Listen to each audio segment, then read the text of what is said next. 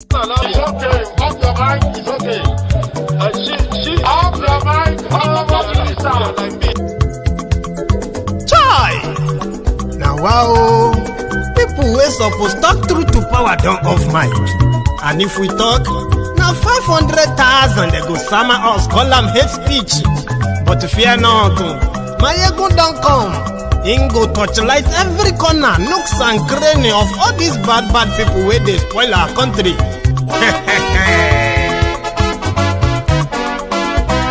So my people make we laugh, oh, yo. My ego don't come, oh, yo. My people make we shout, oh, yo. My ego don't come, oh, yo. My ego don't come, man of the masses, oh, yo. My ego don't come, oh, yo. My ego diary politico, yo. My ego don't come, oh, yo. This one not the off in mind, oh, yo. My ego don't come, oh, yo. And in the touchlight every corner, oh, yo. My ego don't come, oh, yo. Okay, some people be they holla say they want the power. Chai, them be promise us say we go get light and power. Them hustle sote they can't get the power. But now they know they do anything with the power. Every day, dollar just they get the higher power over naira. Still them talk say make we off mind. But thank God say my ego don't come. So my people make you laugh, oh, yo. My ego don't come, oh, yo. My people make we shout, oh, yo. My ego don't come, oh, yo. My ego don't come, man of the masses, oh, yo. My ego don't come, oh, yo. My ego diary politico, oh, yo. My ego don't come, oh, yo. This one not the off in mind, oh, yo. My ego don't come, oh, yo. Person where they do evil, no one make person talk. Them say that my yegun, that man too they talk. He too they talk. Say my yegun diary, he they hot like pepper. But every day then they take money in bulk. Woman picking, they the street they hawk. Still them talk say make we no talk. But thank God say my yegun don't come. So my people make you laugh, oh, yo. My yegun don't come, oh, yo. My people make you shout, oh, yo.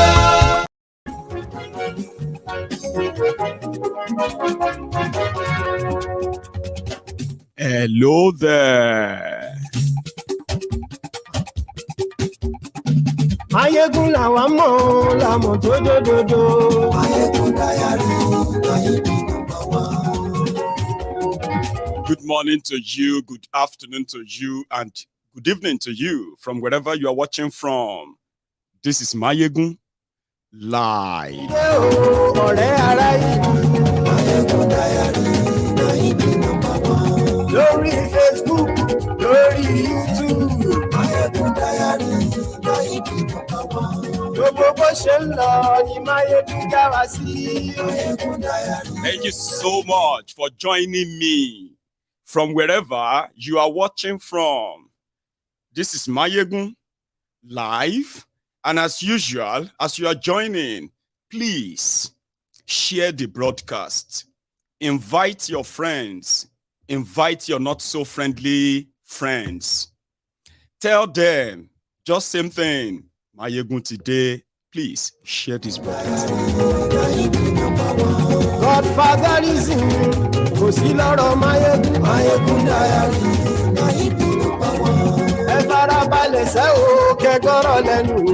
Mayegun diary. I promised you that you will never miss any of the drama as the whole thing is winding down. Whatever they are currently up to in Nigeria, especially after their charade elections, here in the Temple of Truth, you would have every detailed analysis or report, whatever you want to call it, understanding of what is really happening. Now, if you have been here before, again, you are welcome. If this is your first time, you won't regret it. Just share the broadcast. We're going to start soon.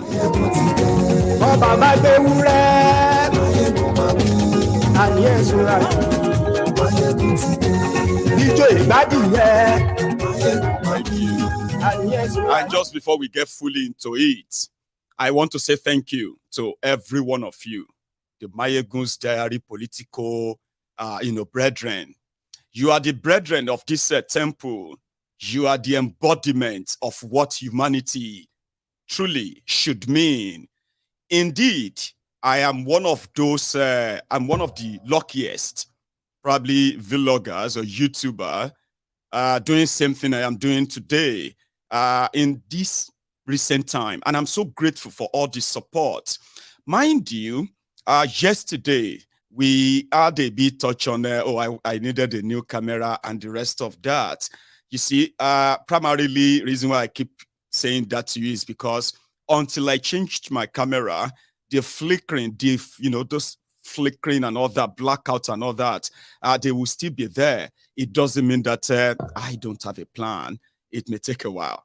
But good enough for me, or let's say fortunate for Mayegun last night, so many of you actually picked that up, and you did wanted me to, get support, and I appreciate every one of you. I haven't decided what it is going to be like or not, but so far so good. Do you know, my dear brother Kalu Okpara? I know you probably won't want me to mention your name, but I just couldn't keep it. Thank you. I got that 100 pounds. That's what you sent to me in support of me getting a better camera. Trust me, that's a motivation. And to everyone else, yeah, thank you at least for being here every night.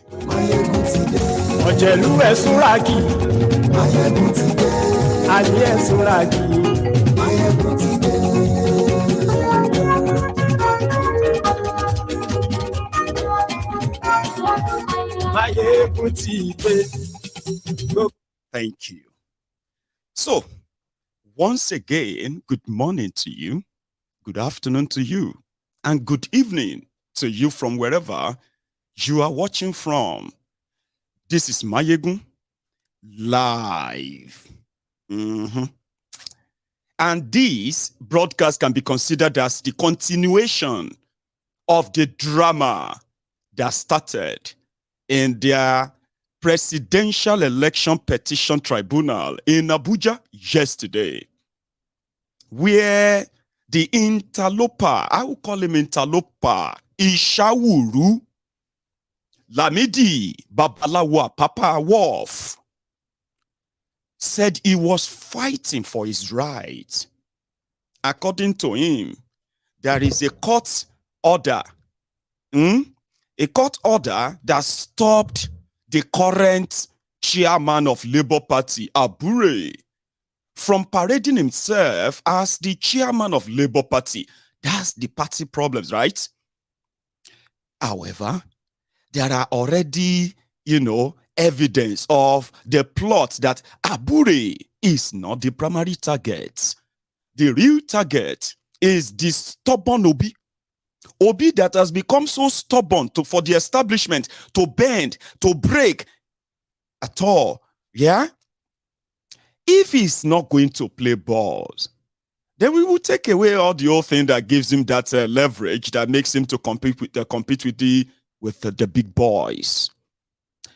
Everybody who knows how Nigeria kind of work, their political system, as corrupt as it is, this is not a surprise. Therefore, those who knows where this was going then stood up to rebuke, rebuff, and totally reject whatever thing that Babalawo Apapa is pushing. You are coming for Obi, you are coming for Obi. So everyone has that PTSD. If you are coming for Obi, then you are coming for us. That was brought the obedience into that alert mode. Don't forget. And every action of Apapa and co has been pointing towards the same thing. Actions like asking the candidate of Labour Party in an election that they didn't in any way. Apapa never, for some reason, I don't know, never played any key role in their campaigns. It was unknown until after the election. Anyway, he asked all the candidates to brief him before they can challenge APC, Egbekegbe, in court. on any tribunal, at any tribunal at all. Why would you do that? Yeah. Then they started the plot of withdrawing the petitions of a Labour Party candidate across Nigeria who felt rigged, and they are challenging it in court. Then they started attacking the obedient, like, pretty much like exact thing that APC, people destroying people, and the rest of all those pretentious cash activists in Nigeria. The same line. Obedient are violent. Obedient are the one who they want to destroy Nigeria. Obedient don't like Nigeria. Obedient need to talk to them. They started attacking obedient in the same party. How is that? Every media this is obedience, this, obedient that. Maybe you are supposed to be the same party. So that kind of cemented the rejection of Apapa, and no one wanted to listen to their growls. Meanwhile, you know what they are actually pushing? Ordinarily, not supposed to reach courts, by the way. But if they are able to prove that Abure forged signature of other EXCO members to give Obi waiver, that's a legitimate ground, right? To get Abure punished. But as a party, especially getting pushed to that national, to attain that national acceptance, you would do it inside the house, cover it up, not cover it up per se, right? But you won't make any dent on your party, Abi. But the intention was not that. Why is Obi going to court? They want to check what Obi is asking in court. They must reject. Why are you against your own party? Why are you against your own candidate? So they said in their court case, the moment the court says Abure has committed perjury. No, not perjury, forgery. A forged signature to make all the candidates that contested under Labour Party to have a waiver. If it is proven, that means everything Abure did as chairman of Labour Party, will become illegal, including the membership as well as the waiver he gave to Peter Obi. Now, they say in a party they present candidates for election in Nigeria. So if they say everything that presented Obi is illegal, that will begin to affect his tribunal case. It will even finish it before it starts at all. But the Abure are saying that all these are nonsense. There is no forgery anywhere. These guys are not members of the executive. This guy, now the fight be that shall. So let me just take you back a little bit, so that we can start from where we stopped yesterday. And where was that? Apapa walked into the court after giving Obi's lawyers 48 hours to report to him whatever they are doing in the tribunal. At the same time, the same day, that same yesterday, they sent another team to Kano, this same Apapa. And what is their mission in Kano? Their mission in Kano is to sue INEC, sue Abure, and force the court to say all of the candidates of Labour Party, they are illegal. They are in Kano. They were in Kano yesterday. So Apapa walked into the courtroom. This is the throwback to yesterday. Premium Times owns the credit to this video, and it goes to them. But yeah, watch. Hello, gentlemen. Who are you? Are you okay, sir? You cannot do that.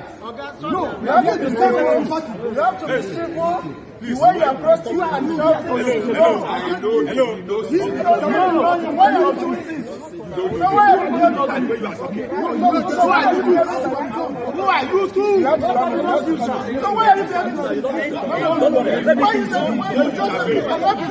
This is a law court.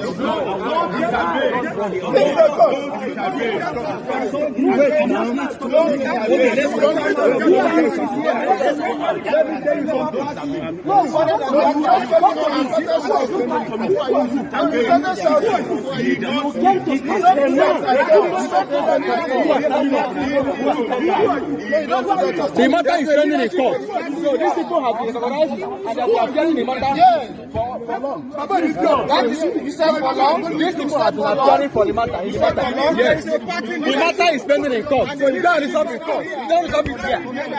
Okay, then. Excuse me. There's a leadership on excuse me, please. The matter is pending in court. You don't resolve it in court. Not here. We are not talking about it. Don't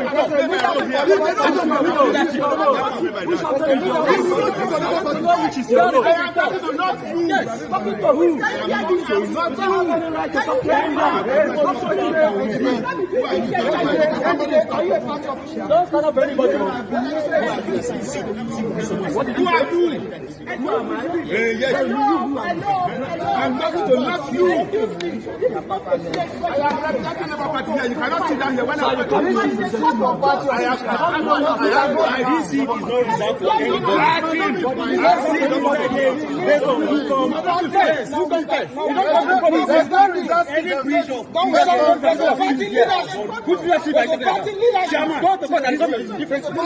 Not here.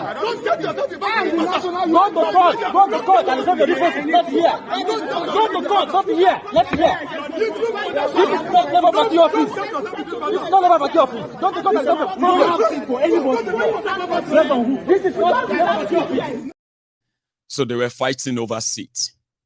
Thank you. Kalu, you are watching. Well, thank you very much for that super chat. As usual. In Yoruba, we will say, Be ni Thierry. Thanks very much. So Kalu Okpara happens to be one of the prominent members of Mayegun's Diary Politico for a very long time. He has always been supporting every cause that Mayegun kind of supports. So when it comes to, giving legal support to those being persecuted by the Buhari's government in Nigeria, monetary support to support their legal this and that, Kalu Okpara and so many other Biafrans like that were very much on hand to give their own support. When we got to a stage of, giving support to the Yoruba elders, Yoruba elderly, those who are like, old people in Yoruba land, and we fed over 600 families in December 2022. Kalu Okpara was part of us too. I mean, it's tribute to you, Baba. I appreciate everything and how much you kind of support this platform, even behind the scene. A lot of that.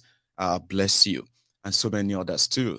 I also received a message, by the way. Sorry for that digression, okay? A little bit digression. So I received a message, your comment, T Beauty or so, from Houston, NASA in Houston, Texas, yeah, about some of our non-Yorubas who wanted to join the programs on the Yoruba Union programs where we are giving support to the vulnerable Yorubas in Yoruba land in our own little way of spreading the enlightenment, spreading the message. In fact, showing the people what it actually means, right? To be free from what Nigeria is currently offering them. So you said you want to be part of that. Of course, there are different mediums of how you can join us and be part of it, okay? I will brief us at a proper time, maybe before the end of the program as well. So, yes. And if you are just joining, right, you can still kind of like the broadcast, okay? Like it. Liking the broadcast just shows that you are here. And the number is not, it's not a fake number. Like, for example, you have 5,000 people watching Mayegun live. And then you have 1,000 people who actually like the broadcast. Could the remaining 4,000 be fake? I mean, I know it's not fake. I have all the data. But if you can do that, Just once. Once you like it, you don't need to do it again. Just once, right? Now, you see the video you saw the moment ago. That video, that video was Apapa in court yesterday, where he was fighting for a seat. His name was not on the list of those who are representing either the party or anything at all in the tribunal. So he walked in with his team, 5 of them, and they created scene. So long story short, they were kind of sent out, okay? And the court process, proceeded or so, right? Then afterward, in the lobby, to give a sign of what to expect outside. Let's go back to that flashback too. In the lobby. Let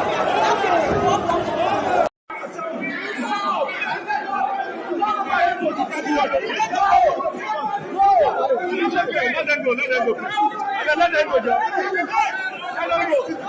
Why they even shouting? God is sitting. God is sitting.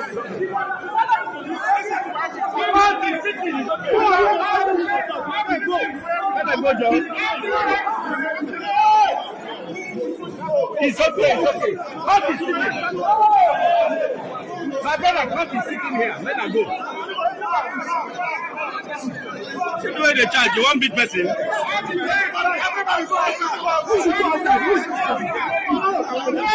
him talk. Let him talk.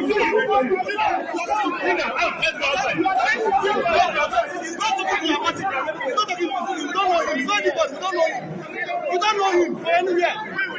You will give him a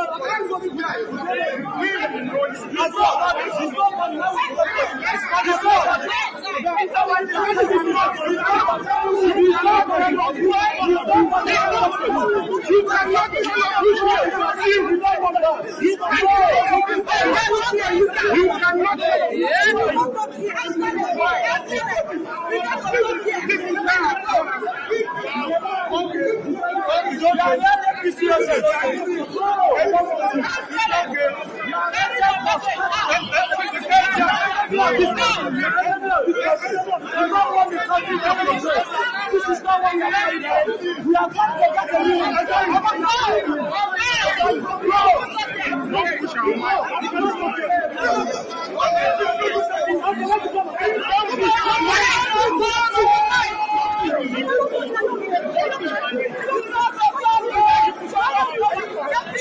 you are pushing our way.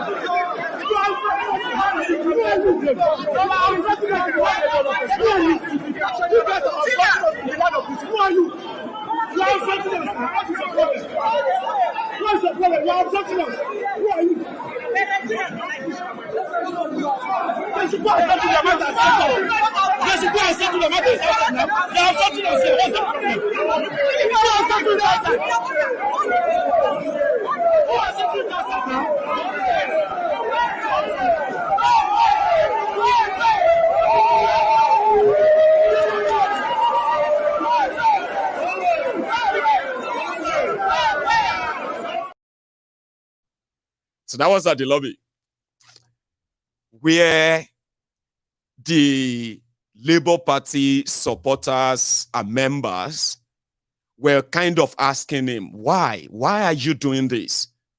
You know what I mean? Like, why? This is not in the interest of, this whole thing is to distract and eventually kind of derail the whole case. Why all that? Anyway, Olori Charity Oko Oshunlaja, God bless you. That was so generous of you. That is so generous of you. That's massive. Thank you. So, but to everybody who kind of want to really support my getting myself at this stable and a better kind of camera, right? I will advise that you can do so through my Cash App, okay? You can do so through my PayPal. Now, the good thing about these two platforms is that you can add a message, like Olori just did now, yeah? Olori, you can also, just as you did now, on PayPal, right? You can do the same and you can add a message. Oh, Mayegun, just to support you on this, support you on that. And trust me, I will never take it for granted. Okay. I was telling people about the picture on, this picture on your big screen. Those of you who are watching this on your big screen at home, right? You can tell the quality of the picture, right? So it's a 4K camera, the current one I have, which is quite good as well. But this breaking transmission is what is annoying, okay? So if I finally put the resources together, I may go for something like 8K, something that is so cinematic. Sure you get. So yeah, thank you very much, every one of you who actually so kind to be this generous. So thank you. However, the moment after the lobby, the noise, they pushed him outside. Like, Koshibota, go out to that.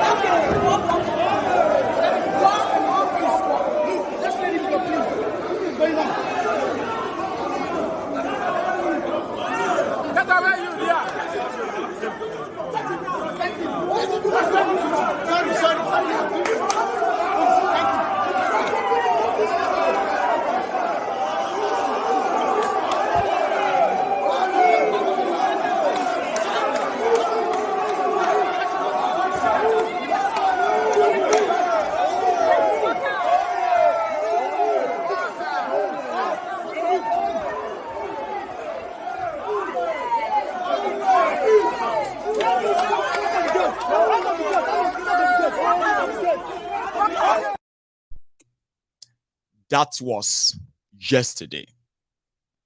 And it wasn't a good sight at all. Seriously. African Wahala, thank you. I mean, that is a very, very good message that you just sent there. You are right. When you give anything on the YouTube rather, YouTube is going to take almost half of it. I know. It looks colorful though. Like when you see all those colorful super chats popping up and all that, they kind of make the video kind of colorful, right? But almost half of that goes to YouTube. So if you are given anything like really substantial like Olori, it's ideal to follow the African Wahalas. But again, they say beggars no get choice. If you, however you feel like, whatever your mind picks, however you think you want to give this support, right? Just feel free and do them, okay? So I'm not going to tell you how to gift your money, so to say, but I can advise you, right? Anyway, Apapa left, and the media in Nigeria grabbed him, and they were like, you would want to hear his own side of the story, right? You would like to hear what happened. What is the next move? Now, at this point, while Apapa was away trying to meet up all the media appearances, yeah, the APC, Egbekegbe, Tinubu, the Lagos Abobaku, the Jagawere, the Jaga Bandit, they were busy asking for fundamental human rights of Apapa. How can they treat Apapa like this? Look at these people. These people are terrorists. Oh, this obedient. Look at what they did to Apapa. Apapa is the chairman. How can you do this to the chairman of your party? Like, they were so concerned for Apapa, to the point that they almost started hashtag Apapa Life Matter. Apapa Life Matter. Honestly speaking, APC PDP fighting for Apapa's right. And that reminds me kind of, if you remember this text from Bayon Onuga, remember? The moment they went to court and the court said, oh, we have jurisdiction to try this issue of Labour Party crisis, okay? Bayo Ononuga, Ezibida Bayo, tweeted this. Bashir Apapa, I didn't even know that Apapa gets a Muslim name called Bashir. Hey, they know him well. Say Bashir Apapa, the man who controls Labour Party affairs, by the order of the court, ask all Labour Party lawyers to brief him about Peter Obi's petition within 48 hours. Waiting be APC business with Apapa. The order will send chills down the spines of Obi and his lawyers as Apapa wants all cases withdrawn Interesting times. Now, look at these statements made by Bayo. And what Apapa himself is now saying, or kind of pretentiously has been saying, he said he is not coming to withdraw Obi's case.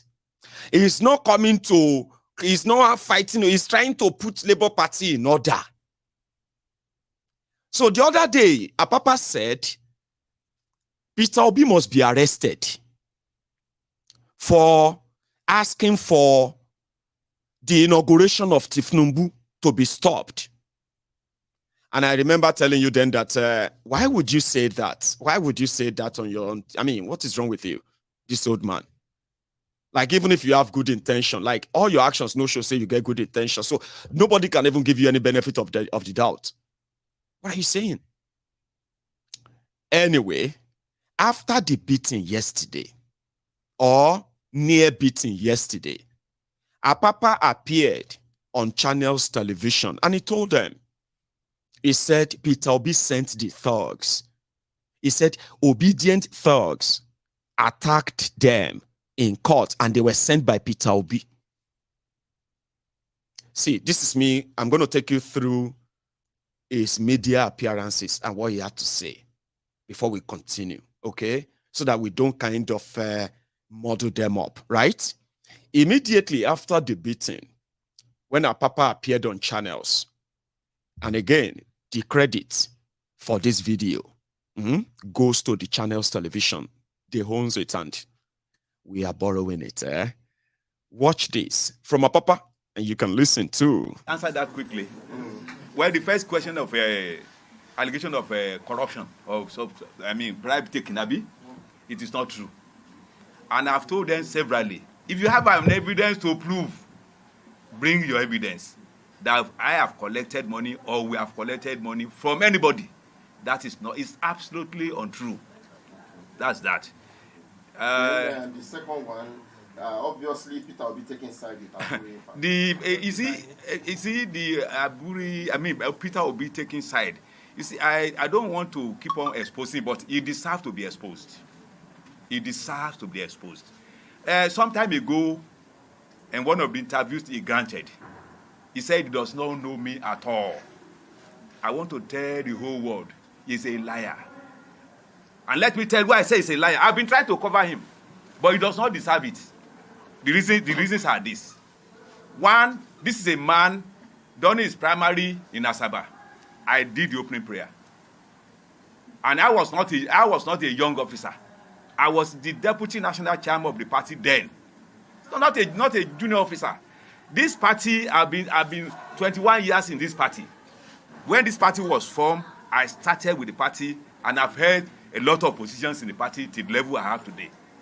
So that is not true at all. I've never taken cover from anybody, and anybody who is courageous enough to say this is evidence against you, I'll be happy to see such a person. It is not true at all. What's in there? The cap. My cap is here. You can see it. It's not burned. And the boy who removed my cap, he will suffer it in his life. I saw him. No, listen. I saw him. He's a young chap. He will never grow old. He deserves it. You know why he deserves it? You know why? Listen. I didn't use cutlass on him. Did he not deserve it? He deserves to be cursed. To answer more light on this question of allegation of 500, I think the people, you see, we're in this party, we know what happened. But we've been holding our peace, we don't want to talk. The people who are alleging that this faction is from APC, who make sure they cut through the chances of Peter in the 2023 election, they are surrounding him. We know them. But time will come that we'll start calling their name with facts and evidences. Facts and evidences. Not they are the ones just because they are very good in media, but time will come that we will start speaking because we deliver Obi without one naira. Okay, listen. There's one thing I have not explained. When I was referring to when he denied me, after doing the opening prayer at Asaba, his first campaign started in Benin. I was in Benin with him. And we used his aircraft from Benin back to Abuja, charter plane.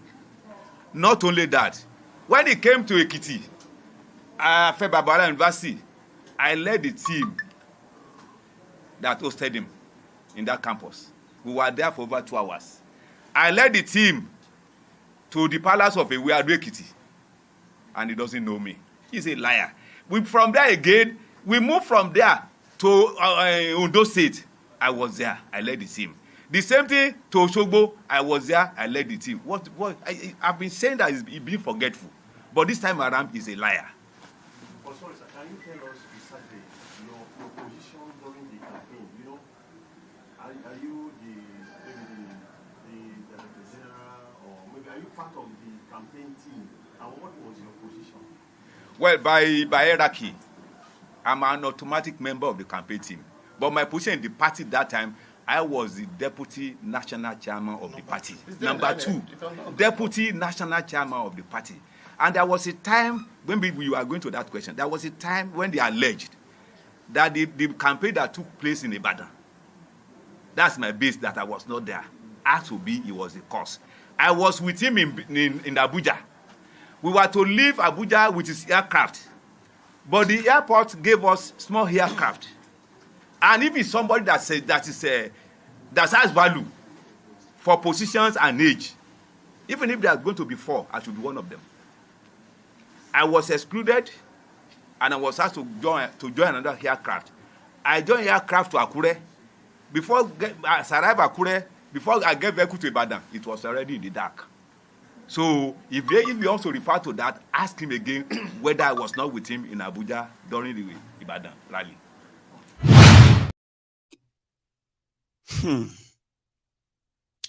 Apapa is not happy that Peter Obi is denying him. Pretty much like it wasn't recognized. But it doesn't seem to be that Obi is the only one who doesn't recognize Apapa. I mean, after the first drama, before the tribunal drama, the 36 state chairmen of Labour Party, they met and they disowned him. You remember that? The neck of their party also met and they dismissed it. They suspended them. Okay. Just as, like I said, there were media appearances for him where he's like alone. So somebody finally asked him, can you even tell us the member of your own executive team and all that? Do you know the person who asked that question? I think it's going to actually be your favorite. Rufai Oseni. So I'm going to take it to Arise now, because after Channels, he appeared on Arise. And please just listen to what he has to say before you slaughter him in the comments section, okay? Because in the whole convo, you are likely going to see through the whole charade. I mean, it's quite sad to watch. But again, Apapa put himself in this. Let's go forward. Now, the next one here is where he has a response for all of you who have been suspecting him to be a mole, working for APC, Egbekegbe. He had these words for you. And again, this video and the subsequent ones that are going to follow belongs to the Arise television or Arise News. A small part we won't use. So the credit is theirs. But let's go on to that, where he said he's more obedient than many of you, especially those of you who beat him. And this is where he's going to tell you as well. You know, in that first one you watched, he caused the person who removed his cap. He said he won't grow old. And as Babalawo, he probably, because at some point I was watching him, and he did something like this. You know, like Ashe, where you do like that. Whatever I tell you, you know, that kind of thing. So he caused the person who removed his cap, but he said this cap was not stolen or burnt. But he saw the person. They said, Shaman, don't talk like that. Shaman, don't talk like that. I said, you deserve it. He cannot grow old. Anyway,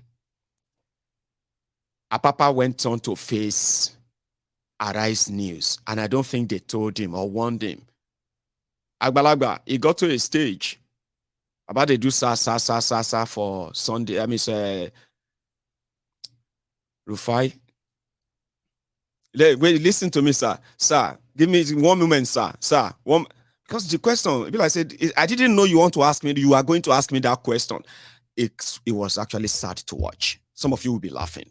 It's annoying and sad to watch. Again, let's go there. He is more obedient than many of you. Apapa. I am fully behind Obi's mandate, and I've said this several times. None of them can tell me they are more obedient than myself. Because where I voted and the vote I got is a confirmation of my wish for Obi to rule Nigeria. So none of them can tell me they are more of it than myself. So I'm fully with him and on Obi's mandate. Because if he wins the election and he becomes president, I think my life will be better than what it is now. There's no doubt about it. I'm an elderly person. I understand life. So anybody that is saying something contrary, that person is just being mischievous. So that's the situation there. I prefer him to be there, and I keep on maintaining that on Obi's mandate I stand. But for anybody to now say which one am I claiming now? Is it acting chairman or whatever? I have never said I'm the national chairman of the party. I said I'm the acting national chairman of the party.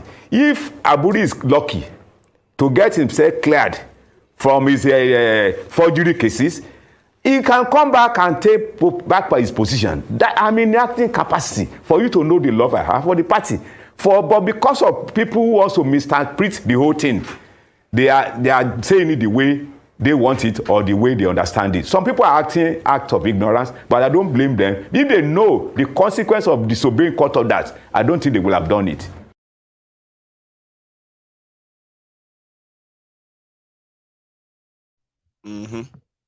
So he is more obedient than so many of you, and he actually made some sensible statement there when he said his life will be better if Obi is there, even though he's an old man. But he prefer him to be there. His life will be better than what it is now. And he said he know what he deliver for Obi. Now, so all this, you see all these people, they went on to go and check polling units. And they said that Labour Party actually lost in Oyo State, remember? And Apapa, a strong politician in Oyo State, wants to run for governor, according to them, under Labour Party. And, people started digging anyway. And he also said, what you listen to, that he's not calling himself chairman. He said he's acting. But acting chairman over who? Over people who no wants you. You are even like jumping the gun already. Yeah? You had a court order that said Aburi should not parade himself as a chairman. Right, good. Until the court determines that, is that not what it should be anyway? I know be lawyer.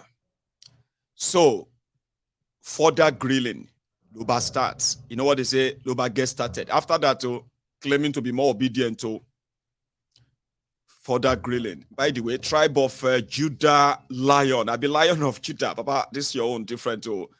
Mami, tribe of Judah Lion. Thank you so much for that your super chat. That is massive, right? I hope not everybody will kind of follow the footstep of Olori there, where we are going to have 100 super chat and all that. So you can use the PayPal link. It's already in the comment section. So thank you so much, everyone, asking for it for that. Okay, let's go back to the Arise News studio where they ask him others. So listen to this. The names of the EXCO members that you are working with, who have your support and your... Right. Like I said, who are you chairman over? Tell us your own EXCO members and tell us how many states you are currently have the same EXCO. The party. Do you even have the party with you in all of this? Again. The names of the EXCO members that you are working with, who have your support and you're consulting with. Now, let me first of all tell you how Labour operates. after the National Executive Council, the National Executive Council of the party, we authorize the National Working Committee to operate within the period when next meetings will not be available. We have the mandate that immediately after the National Executive Council meeting, like the one they did in Asaba and the one we did in Bauchi, so we have been given mandate that during this period, you can do A, B, C, D on our behalf or on behalf of the party. Now, during the National Working Committee meeting that produced me as the acting national chairman, I have 7 members on my side. They have 4 on their side. Who are the 7 so members? I consult those 7 members. Who are the 7 members? Myself, I've started mentioning. Okay. I've started mentioning. I said myself, 1. With the treasurer, Daramola is there.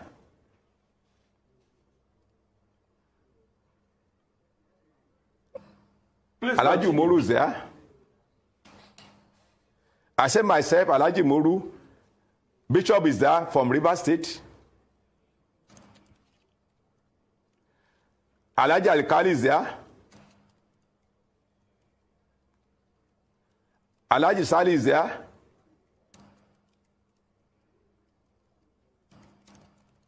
Okay, so you've mentioned 5 names, including yourself. Who are the Who are the I've other 2? 6 now. No, I've you said 6. Alhaji Umoru. You said Bishop. 6 plus Okay, himself. 6. Alhaji Yes. Alkali, Alhaji Sali, yourself, and then the 6th person. Yeah.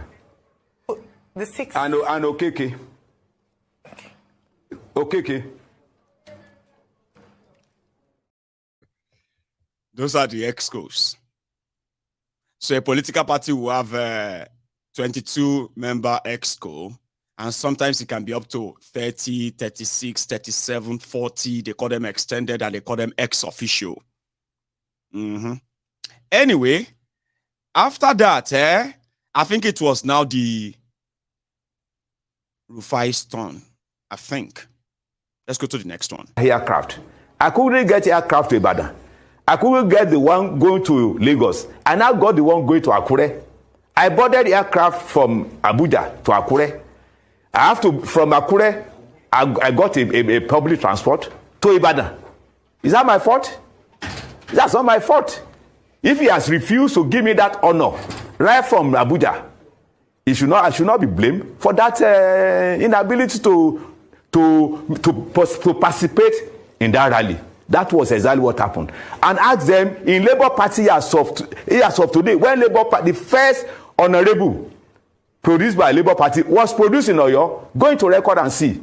When I contested as governor of Oyo State, the only honorable that we produced in Labour Party was, I was a person that raised his hand up in Oyo, and we won. That was the first honorable of Labour Party that we produced. After that, when they are talking of the successes that have been recorded in my name, I was the chairman there. The zonal chairman, Mimiko, came. We have the Senate. We have the rep. It's not only when Obi came, the Labour Party has been progressing. This one, though, this one is a bit higher than others, but Labour Party has been existing, and we are having officers from the party. So, if any, as explained, just something like you've heard before, Abi. No, I haven't got, probably I haven't gotten to that okay, watch this. What? You asked for being winning.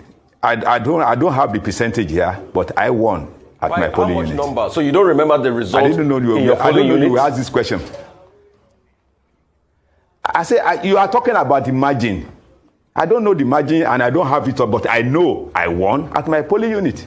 Okay. I'm not a small politician. Okay, I know you're not a small politician, but there was a large support for the APC as regards the presidential election. That's why they won overwhelmingly.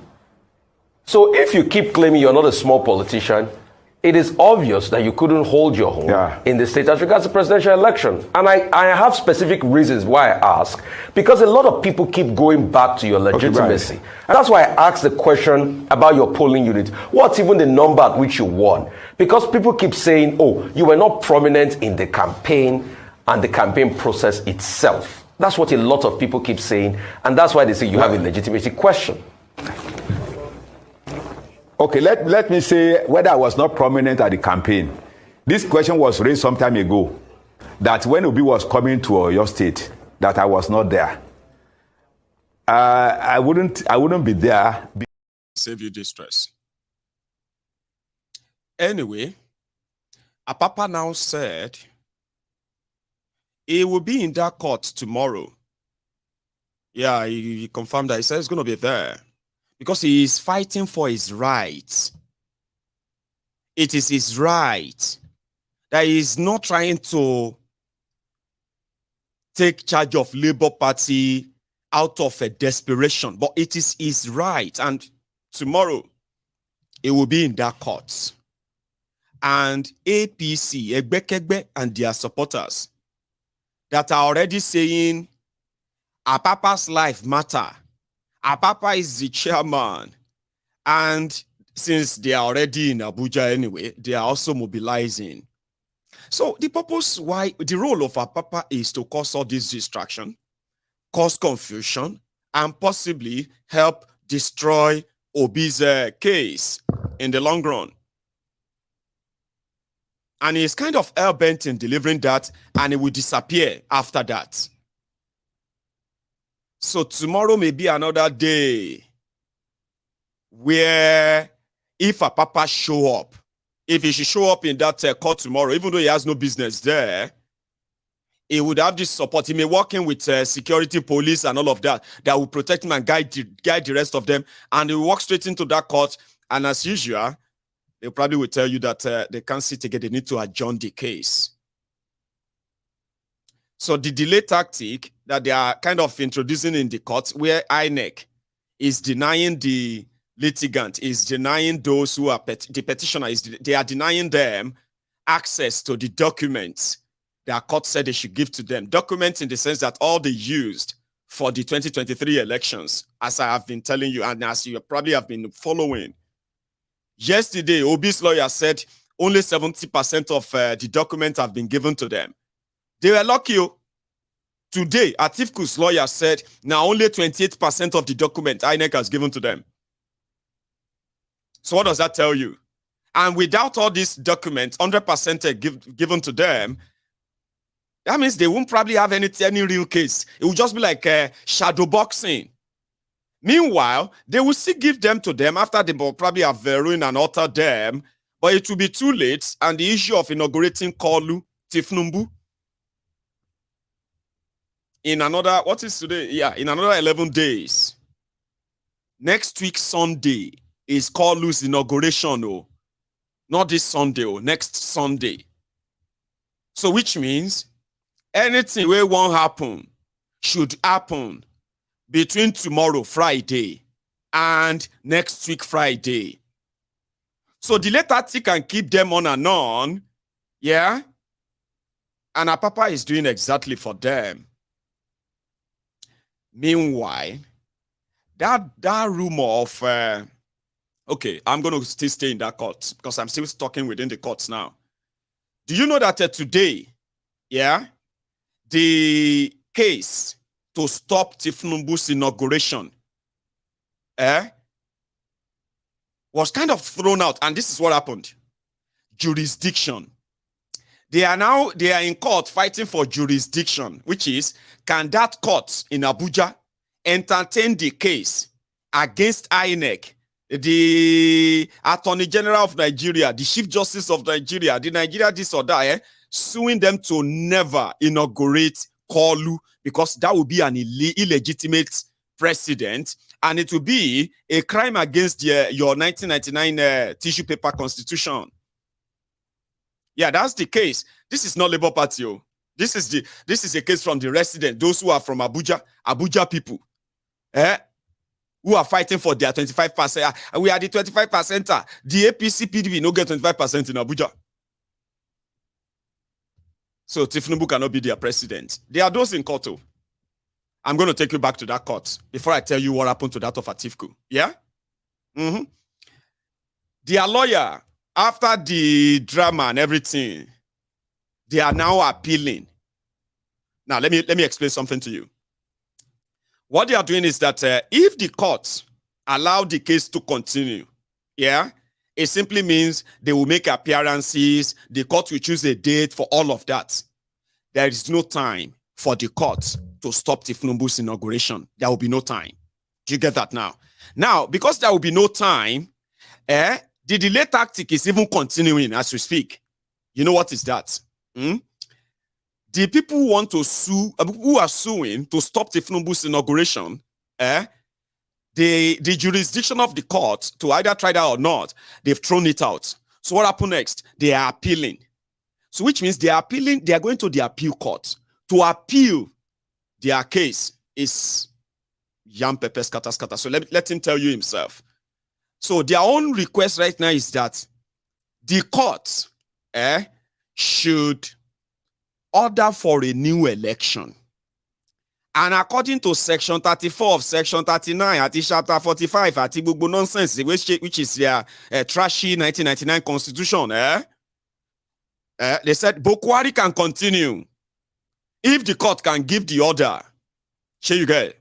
However, it doesn't seem that that is going to happen. But I'll let him tell you himself. Please listen. Vested with the right to come to court. And then on jurisdiction, we did let the court know that it has power on judicial review under section 66B of the Constitution. And we are looking at the conduct of INEC chairman as that of any public officer. So the question is whether it's constitutional or not. So this court has the jurisdiction to determine whether that action is constitutional or not.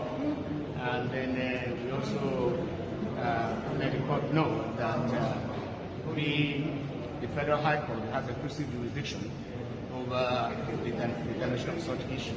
So there's no question of jurisdiction on that. Then on whether or not the matter is pending at the Presidential Election Tribunal, we let the court know that nothing happening there can rob us of our constitutional right to fair hearing.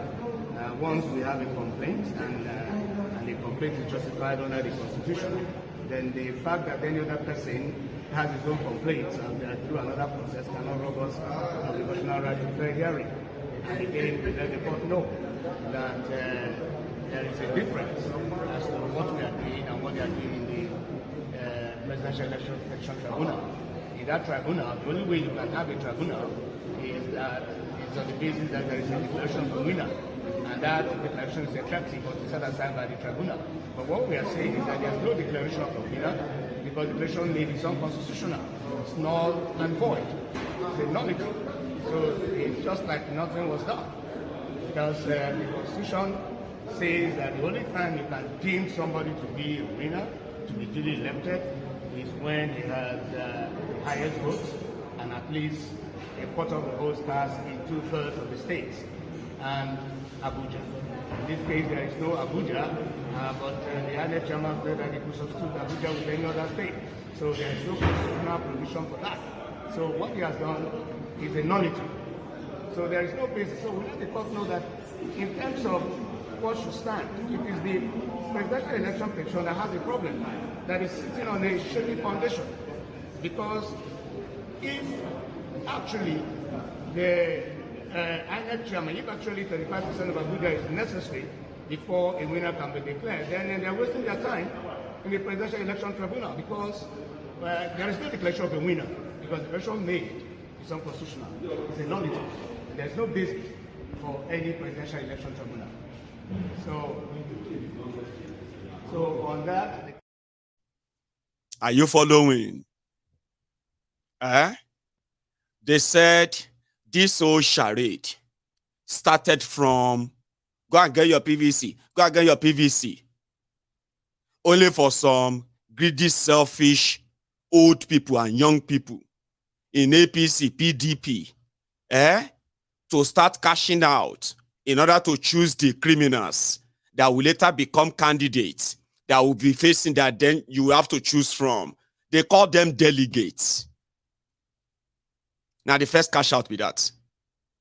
Now them first cash out when this whole charade started. After the delegate or no delegate, they started the recruitment of pastors, so imam, babalawo, mamalawo, everybody to feed you with a lot, and all of them are also like cashing out. Religious body, other other propaganda platforms and the rest, right? They fed fat. When those ones were done, it was the turn of high neck, where millions of dollars, hundreds of millions of dollars were exchanging hands over who should win your election and who should not win your election. Remember? It was millions and millions of dollars. So when you convert them now, billions and billions of naira. After those ones finish, and they declared all of the cooked numbers and all that, somebody said, there is actually a cartoon designed by Mike Azuko. After, it's like Nigeria was like this. See, Nigeria was like that. A big cow that was put on there like when you are doing a barbecue. So, and in the part, you will see where everybody don't cut their own parts. Delegate, party leader, this and that. And then when they were done, on the way out, they met the lawyers with their briefcase. They say, well, it's your turn. Something still left there. So it's the turn of the lawyers. Everywhere now in a case. Tribunal to the appeal to Supreme back to tribunal to appeal. And that's what it's going to be until you're not going to hear most of them anymore. That's Nigeria. So that lawyer in Abuja, in his own brief, he said, there shouldn't even be any tribunal, presidential tribunal. That means some people are fighting who won or who didn't win. No, tribunal ke. Anybody when no win in Abuja, you know, supposed to anywhere call. There should see the election is, happen. That's what he's saying. And by law, the court must hear them. So now for court to hear them and the case, they are still on. And in one of his prayers, he said, from his own brief or from his own destiny, if the courts want to do anything at all for an election to even take place, before you can have a tribunal, the election must be between Tinubu and Obi. Now, lawyer talk about me. Watch. Where's that other one? Here we go. So on that, the court has... I don't want to miss that. You are so right, Tonya. I saw that earlier before we start this broadcast, but I don't really have the full details. Okay, so what I understand about Abure and then Apapa case is that Apapa, the reason why Apapa has been going everywhere all this while is because they went to go and get a court injunction. Sure, you get it's like a court order. You say, we are suing this person because of this case. But you, court, before you decide on this case, we want you to do something for us. We want you to tell this person to stop parading himself as the chairman of the party. Sure, you get? It's like somebody like me right now, Let's say I approach the court and I say, APC chairman is a fraud. And I am supposed to be the chairman, but however, you, court, before you decide who is chairman between me and APC chairman, I want you to tell that chairman to stop parading himself as chairman. So the court now says, okay, we grant your prayers. When they are granting prayers, other parties are not there. They always call it interlocutory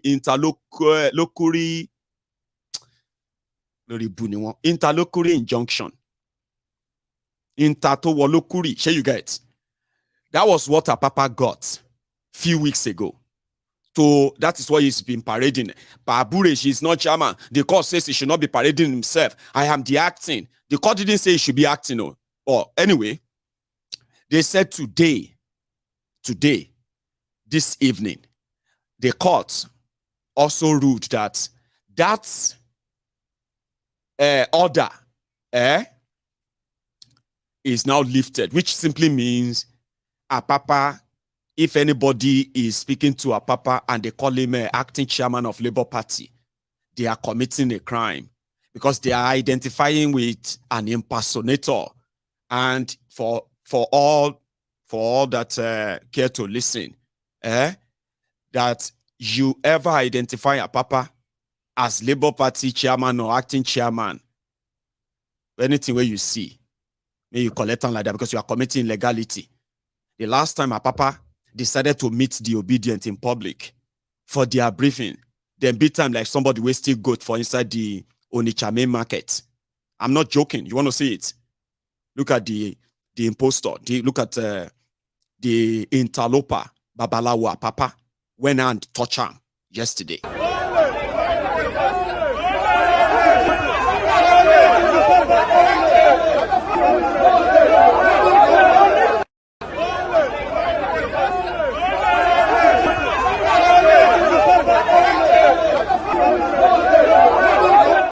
So I get you, Tonia. But as I said, politics, 24 hours is a long time in politics. And in Nigeria, it is not actually what is lawful that matters to them. It is what is bellyful. Anything that can fill their bellies, they will do anything for that. Remember, let's go back to that Abuja, where the lawyer is trying to explain the importance of Abuja in this election, and Tinubu cannot be sworn in. But the court is yet to listen to them, unfortunately. Again? So on that, the court has therefore adjourned the matter, ruling on the 24th of May. But before this time, we had appealed to the Court of Appeal. So I don't know, because we got a motion for stay of proceedings, but the court still decided to take that the submission that it ordered. It's quite interesting. I think we'll make the submission available to the press so that people will know that we stand on firm basis. The one with the shaky foundation is the Presidential Election Tribunal. Because although we told the court that we didn't know what is happening there, the court said we should say whether similar thing is pending. We told the court that we are not parties there, so we don't know what is pending there. But of course, we don't hear from the news that part of the grounds is that the person declared winner did not obtain 25% of the votes in Abuja. So if that is the ground in the Presidential Election Commission Tribunal, then it means that they agree with us that there is no basis for that exercise. What they should be doing, what Nigeria should be doing now, is organizing a second election between the person with the highest votes and the runner-up. And the runner-up here is the person with the majority of votes in the highest number of states. And that is Obi. Obi is the person with the majority of votes in the highest number of states. Because when you are talking about majority means that you have more than 50%. That's the meaning of majority. And you can check it out from the Constitution when it uses the word majority, the way it uses the word majority and highest. You can look at it in that section 134 of the Constitution. You see that the Constitution uses majority only when there are two candidates involved, in which case one person must score above 50%. The only other time that uses majority is in that section 134, subsection 3B, to determine the runner-up.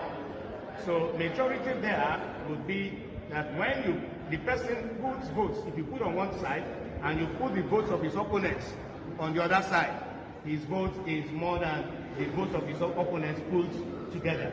That is what makes him a majority. Article got majority of votes, over 50% votes. Do you get that explanation, right?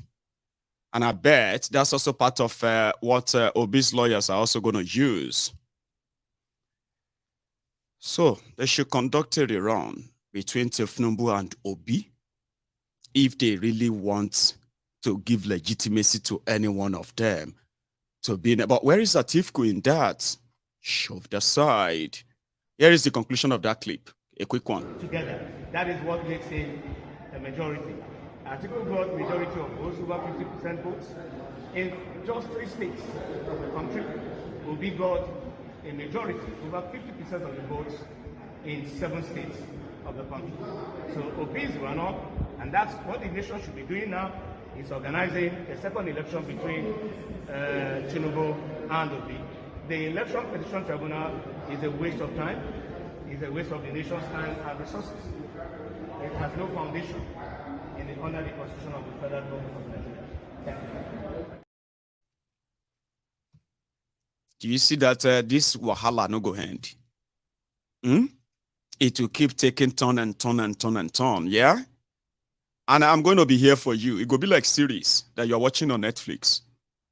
Trust me, you will learn 1 or 2 things from it. And at the end of the day, you understand how time wasteful it is. Waste of time, waste of life, waste of resources, waste of almost everything, all coming back to nothing because it is deliberately set to be like that. Exactly. Whatever you are seeing in Nigeria today, it's not coincidence. Oh, I'll keep reminding everybody that Nigeria is facing whatever it is facing, everything that Nigeria is facing right now. And Nigerians, all of you, everybody, it's not coincidence. Oh, you know, be say it just happen. No, they are all happening exactly how they want them to happen. Now, only if you stop this cycle when you understand that things happening are not just by happenstance or happenstances. I think there is a word like happenstance, wherever. Thank you so much, Lost Soldier. From Australia, because I believe that is an Australian dollar. That's one beautiful thing about Super Chat, yeah? You will see people, when they use Super Chat from, like Japan, or these areas, you will see the money. It's not going to be in dollar. It's not going to be in currency that you can easily identify, but you can tell this one looks like Chinese or Japanese. So thank you, Lost Soldier. Thank you. However, the effort of trying to stop Tinubu's inauguration through courts is suffering delay. That's what I wanted to point out there.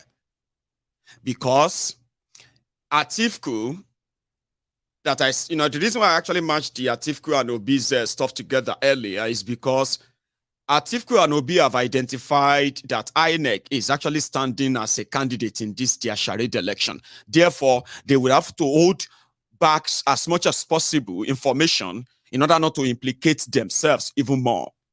Sure you get? So which means they are both fighting or sort of facing INEC, APC, and Tinubu. And the effort is to delay any kind of surprise until Tinubu is sworn in 11 days' time. 11 days' time, 11 days. Anyway, their cases have been adjourned till tomorrow, which actually makes tomorrow interesting too. Yeah, it actually makes tomorrow interesting because Babalawo Apapa will be in court and we don't know what drama, what stunt is going to pull. Obi will be in court, Atiku will be in court. Same time, all of them, I believe, or maybe one after the other. It doesn't matter, but the entire premises is going to be mixed and then, meanwhile, elsewhere, as everybody they chase APC, ole. Them put one stunt today. Oh. Like when I first saw that, and it was I didn't have that picture. Sorry, but I have a clip, a video. You know that APC are currently trying to avoid Muslim leadership in Nigeria. I'll tell you what I mean. The president is Muslim. The vice president-elect is Muslim. So if they are sworn in, when they are sworn in, right, it's going to be Muslim president, Muslim vice. the person they nominated to be the speaker is also a Muslim. Yeah? Now, those who want to be the Senate president, they are also Muslims from northern Nigeria. So APC is now saying that for unity of Nigeria, for the stability of Nigeria, they cannot afford, they cannot afford to present Muslim. People don't mind anymore. They don't mind anymore. Okay? Because a lot of people actually see that you guys are not Muslims. You have nothing to show that you kind of have any tiny bit of a goodwill of a Muslim in you. So you've used the card of Muslim. So why are you tired now? Why is it that you are now so care? You now care about the stability of Nigeria? Anyway, they nominated Akpabiole. If you know Akpabiole, how Akpabiole became the candidate of APC, he didn't buy form. Senatorial form APC. He did not contest the primary of APC. He was not part of the aspirant or anything until later. When they have done their primaries, they have nominated and said somebody is the candidate and all of that, Akpabiole decided to go and run. So they had to figure it out and tell the person who was the elected candidate to step aside. Maybe they gave him money, because I haven't seen any court case where Akpabiole is being challenged. So INEC cleared him, everybody cleared him, and yeah, Akpabiole is now the Senate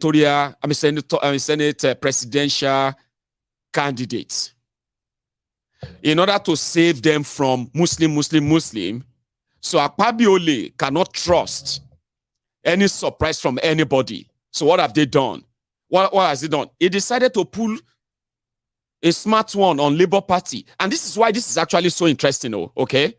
Normal, there is something called back-end trading on the table, underhand trading and the rest of that, yeah? You have to select, to elect a leadership of National Assembly. You would have to talk to your colleagues. Now, when you are talking to your colleagues, you will talk to those who are not even from your political party. You will offer them something. You have to offer them something to make up the number. That's how political, horse trading. They call it political horse trading on the floor. It is the same way. You see, all this party, APC, PDP, and the rest of them, when you are doing election, that's normal. After election, when it is time for governance, if to say they care, the reason why everybody become one in that house is because you would want to sort of, when you need the support of minority parties and their members, you will speak to them and offer them something. If I become Senate president, I will give you this seat. I will give you that seat. I will make sure that all your bills, they receive first-hand attention. Anytime even though you are minority, but anything you want, because if you support, that kind of deals politically. But no way you will see them put up a stage. Like they are doing a ceremony. Like Akpabiole and his gang, like they did with Labour Party that got everybody to start talking. No be Labour Party and this one. I'm going to share that with you, right? Akpabiole approached Labour Party for their support because Labour Party has 8 senators out of 109 senators. Akpabiole, APC, they have the majority, but he's not so sure. Akpabiole is a former people destroying people member. He has friends in PDP, but he's not going to be kind of go to bed. Sure you get? But when he met with those who were in PDP, there were no video, there were no stage, there were no theater. When he met with others, I don't know others he met with, or maybe Abga and the rest, there were no stages, there were no theater. When he met with the Labour Party, a lot of people are not happy with that. Like, why are you doing this? I'll show you. Listen to this. As far as I'm concerned, with the differences in political parties between the APC and the Labour Party, somebody will wonder, what is Akpabiole doing here? What is this group doing here? The reality is that the Labour Party is composed of Nigerians, and APC is composed of Nigerians. And as far as we are concerned, all of us must think Nigeria. If we don't think Nigeria, then there's no future for our children. So today, the Labour Party has produced a few senators for the 10th Senate of the Federal Republic of Nigeria. And you produce them, not to save Labour Party, but to save Nigeria. Sometimes they say, what is morally right? may not be politically expedient. And what is politically expedient may not be morally right. I would have loved to use this platform to call on all the political parties that contested the 2023 elections to sheath their swords and come together and line up behind Tinubu, our president-elect, in order to give leadership to Nigeria in a very fragile situation like this. So I want to urge the Labour Party, because I believe that you went into this election as a result of your love for Nigeria. So come together and join us so that we can build a very united and vibrant nation. On this note, I thank you for your support for us in the 10th Senate that will meet very soon. And let's go. I want to especially congratulate you on your election and re-election. I say election because some are coming for the first time and some of you are re-elected. I congratulate you for this feat because I know that it wasn't an easy journey. And for you to earn the confidence of your people to be elected and re-elected is worth congratulating you. Having said all of this, we appreciate your coming. We'll continue to discuss with our senators-elect. We've given them the free hand to make their choices. But this is not to say, however, that when the time is getting closer, that we won't be able to point the direction. I want to quickly put on record here, just for the records, that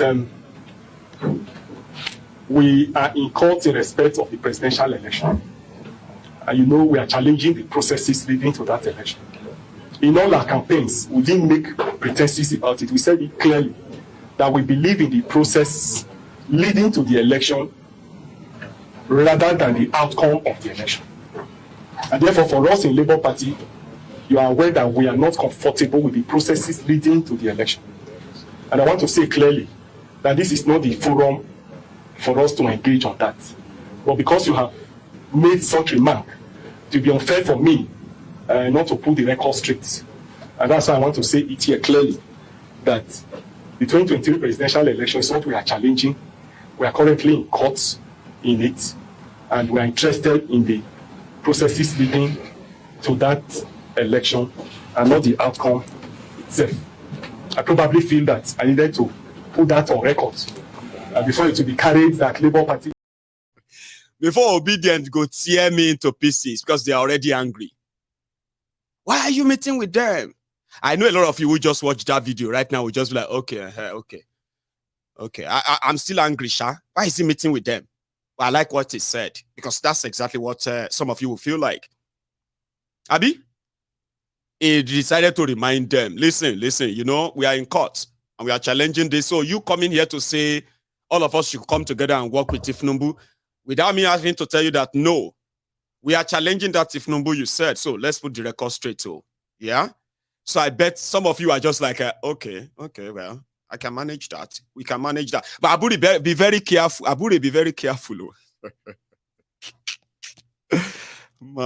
So, bless you. Now, let me say thank you to these my generous friends. Baka 14. Thank you for that generosity. £100. That's quite good. Thank you. I appreciate that too. Seriously, I do.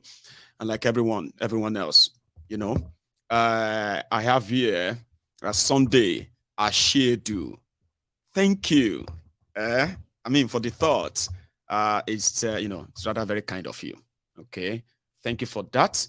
I think I saw one earlier as well, which is Aaron Omoga. No, Omoga. Thank you as well for your own generosity too. Very kind of you. Bless you. Thank you. And to everybody who has also kind of dropped their own offering, if you have liked this broadcast, if you have shared it, from me to you, thank you. I don't even know the sign I have to do. I wanted to say, well, see, that's too much distraction, isn't it? Right. In court, after what do you call it? Where is he again? 1 second. Yeah. We are in court, which simply means Our members, our elected members can mingle, they can join the old bazaar and all that, but it doesn't mean that when the time is right, we will not point the direction we want them to go. I like that. I like people who are assertive. Sure you get? I mean, I kind of like people who are assertive. I just don't like politicians, okay? So doesn't mean that I like Abure. But I like assertiveness like that without having to play, you know, when you understand the people who are behind you, the ones that can force you to begin to make explanation from January to December, even for sitting down with Akpabio.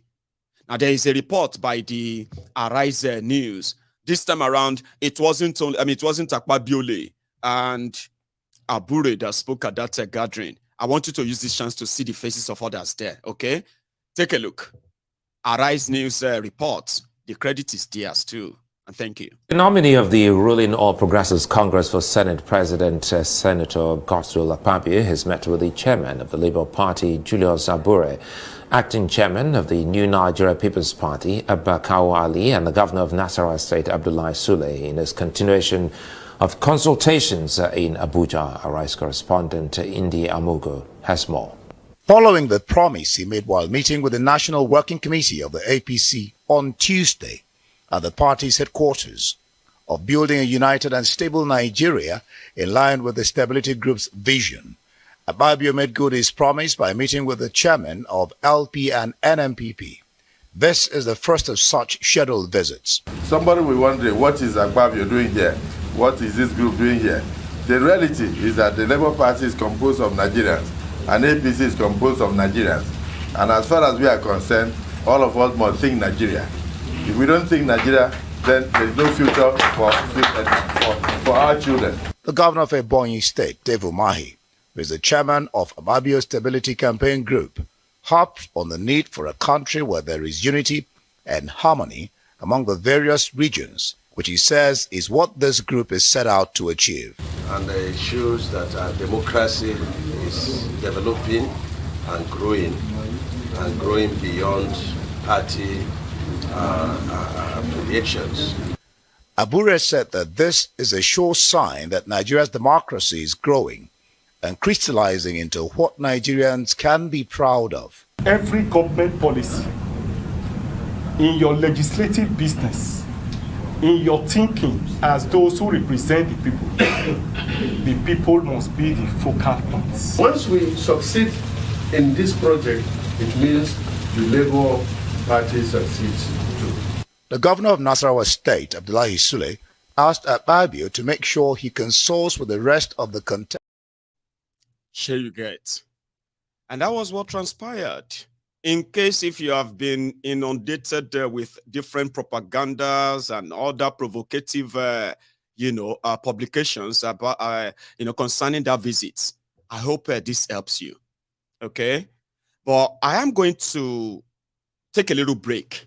Now, that break is just me and you just peeping through the courts where Atiku and PDP were also challenging, well, the tribunal, call it the tribunal, challenging Kolu. There's not much to see. Well, it's quite a stretch just to see the, the aesthetic of the courtroom, right? Then when I get back, I'm going to take you to the next one. Inauguration of Kolu, the one that they have released timetable for. You would like to see it, won't you? Well, you don't want to, right? There's more to tell you about it too, not just the inauguration. Okay? So, thank you so much, Simeon. Simeon Omonze, very kind of you. Thank you. I have seen Michael Igwe. People have been so generous tonight, right? I appreciate all of you. On my PayPal, I'm not going to lie to you, right? On my PayPal, I have received, make a check out, from you, Olugbengolotu. God bless you, sir. I have seen, who else is there again? Hang on. Yeah, Kalu Okpara, my dear brother. I have Ayodeji Afolami. God bless you. Thank you very much. Adewale Mebude. Thank you for all your generosity, I would say. Somebody even went on to the Give, Send, Go, and they gave me £100. That's quite good, right? Thank you, everyone. I'm going to tell you what I got in all at some point, okay? So, like I said, before we go to the inauguration or no inauguration, I should have matched that inauguration and all that with this Abuja court, yeah? But don't worry, we'll come back to that, okay? Let's go inside the court where Atiku, PDP, they are challenging Tinubu's announced victory, right? Now, you too can use this moment to stretch. Stand up, stretch your body. You have been sitting down there for a while. You've been lying down there for a while. Maybe you should just, stand up and stretch. Take a walk. Take your device. You know what I mean? Like walk around like myself. I'm going to go make myself another cup of tea, by the way, right? Watch this.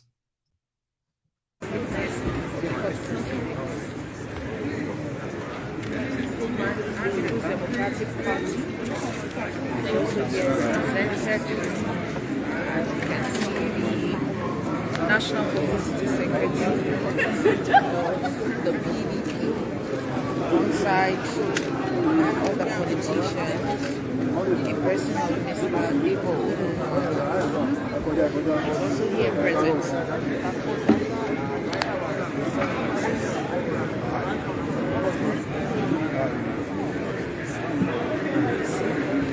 We are not sure if Alhaji Atiku Abubakar himself will be present to witness the proceedings, but members of the People's Democratic Party are here.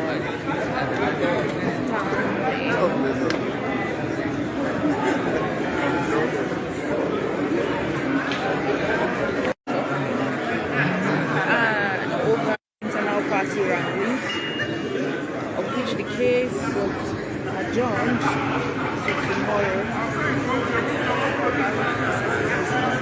for the continuation of the hearing. But right now, it is the case of the Democratic Party versus the APC.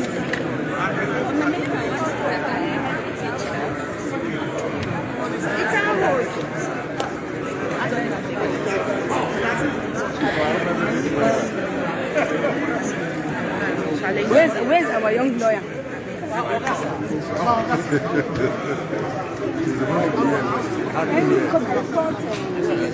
When I saw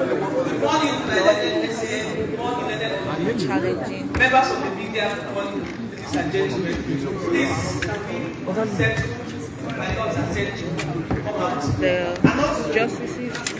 I think this is my docket day. I just found the car key and I'm going to claim the car. I found the car key. I'm so lucky to have an extra car. Where have you been? Wait, Please, somebody said The advocates of Nigeria and other senior advocates.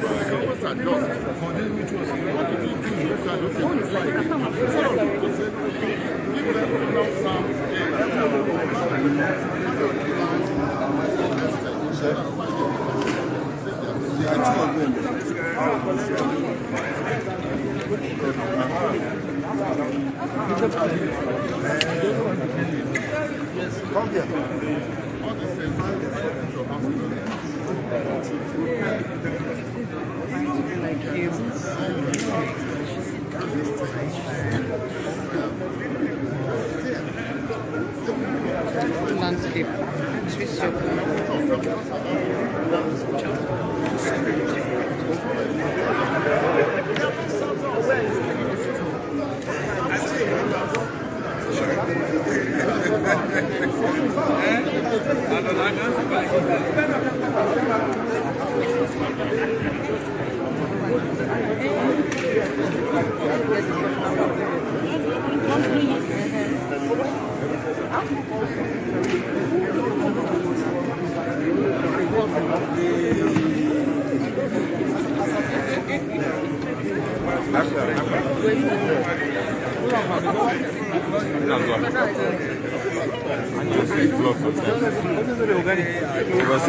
Guys, is real. I just.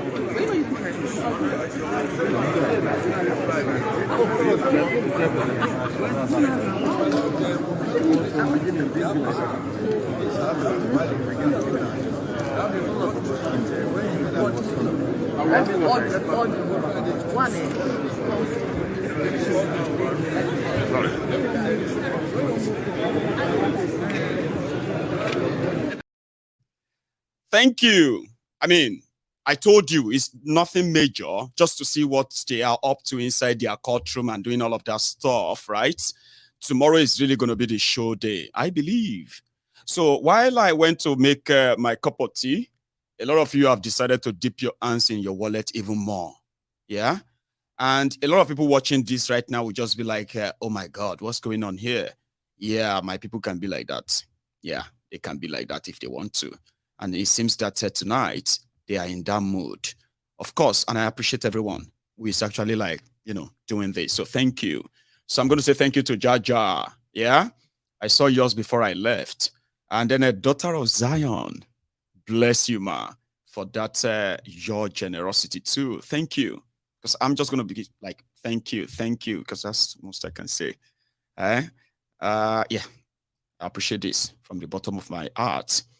Yvonne Moswiri, that doesn't sound Nigerian, or pretty much African. And like, I'm not going to take a guess so that I don't guess wrong.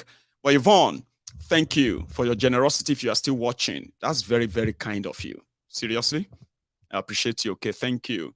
Now, I also have Joel. Now, Jojo, bless you too. Appreciate you, Baba. Thank you. A lot of people be like, oh, my ego, these people will be distracting you. Omo, you have no idea, what this actually means. Apart from the figure you are seeing, it's actually the intention. When people feel like, I'm gonna give him $1, I'm gonna give him $2. You have no idea. A lot of people are just there like, I enjoy you, I love this, I love what you are doing.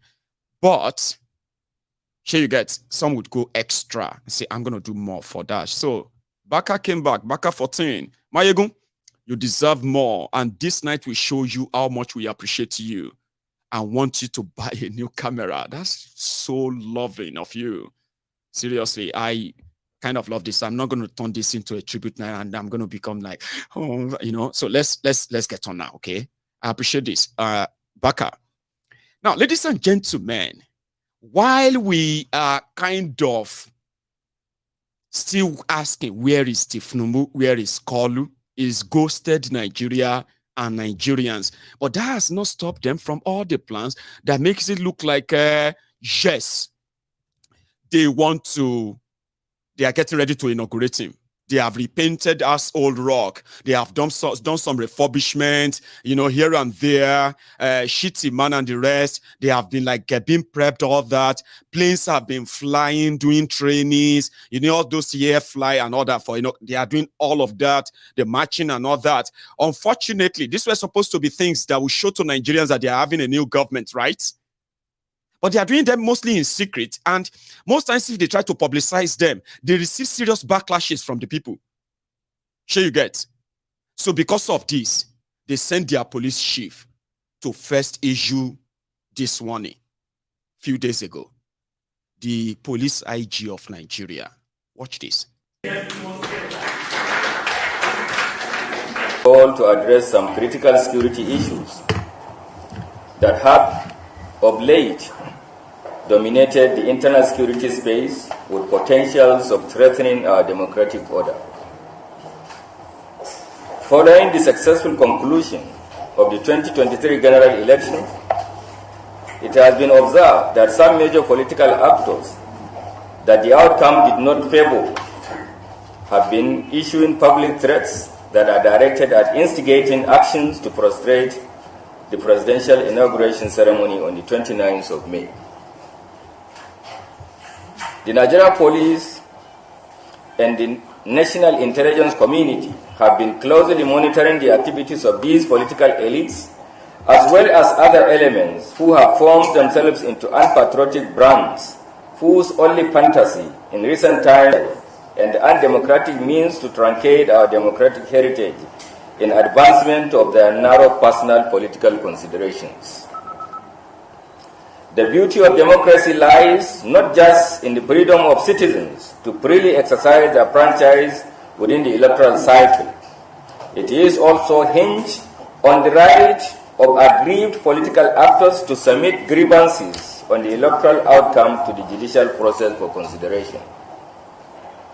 The credentials of a true democrat must therefore be measured by his or her level of patriotism and the willingness to manifest the culture of submitting to rule of law, peace, democratic values, and the judicial process. These are integral and critical components of the political process. It is also expected that a true democrat will subsume his or her personal political ambition under overriding national security and democratic interests of the country. Unfortunately, the public utterances of some political actors and their current attempts at inciting public protest with a view to creating national tension ahead of the presidential swearing-in ceremony do not only negate these values, but they are also manifestly subversive to address. Somebody just said, we don't want to listen to him. Omo, una won't start the protest here, Abi. Please listen to him. It's not just him. It is his wordings, the threats, and the seriousness in how they are making up imaginary people who want to come and truncate the inauguration. Sure you get. So that too will also give you an idea the type of government that Tinubu is also bringing. They will only be able to rule by using police force, police brutality, military brutality, and threats. That's why I want you to listen to the wordings, just the wordings. So important. I know you don't like the picture is not even so clear. Okay, it's been probably transferred here and there. By the way, let's give the credit of that video to Viable TV. They made that available. So if you want to see full or more, you can also visit their own YouTube channel. They have them there, Boku. Sure you get. Now let's listen to this. Somebody said Ikebe super. You see, they go launch all their police after a lot of you, especially because of the freedom they feel like you are enjoying. They don't think you deserve those freedom, the freedom of speech. Now listen to his wordings again. No, sorry, continue. Negate these values, but they are also manifestly subversive, undemocratic, unconstitutional. Having submitted their political grievances to the judicial process, it remains concerning that some of the political gladiators are still bent on engaging other extrajudicial means to advance their interests in a manner that questions their overall intention as well as patriotic and democratic regions which they project. Ladies and gentlemen, the imperative of peace in our national life cannot be overemphasized. Sustenance of peace and security is even more expedient at this stage in our national democratic transition. Consequently, while the Nigerian police, in synergy with other security agencies and the intelligence community, continues to closely monitor the activities of these political elements, it has become expedient to make some clear statements. Firstly, the Nigerian police hereby sternly warn all political actors with subversive agenda and their collaborators, to particularly their foot soldiers, who they are exposing to political radicalization and extremism, to henceforth jettison their ongoing premeditated attempt to create tension within the national space with the intention to derail in the May 29, 2023 presidential inauguration ceremony. Secondly, such persons, regardless of their political affiliation, who continuously engages in acts that are inimical to our nation's democratic and security interests, should not be in doubt on the firm determination of the Nigerian police under my watch to closely collaborate with the law enforcement family and the intelligence community to defend our democracy. Keep the internal security order stable and optimally deploy our common unique assets towards guaranteeing the successful conduct of the presidential inauguration ceremony. Thirdly, we note that the inauguration ceremonies at all the national and state levels of government are a critical constitutional requirement for the sustenance of our political order as a nation, and the Nigerian police's duty, and they are also... It is smoky. It's a third Indian. It is smoke igbo. You did, I mean, like I said, I wanted you to listen to the wordings of what he was reading, his press statement, the threat and all those nonsense. Imaginary enemies who are coming to take over government. Imaginary this and that who are grouping. See, the job of the police is that if you notice people are doing something illegal, your job is to discover that and arrest them. Not go on social media or go on TV and begin to make threats.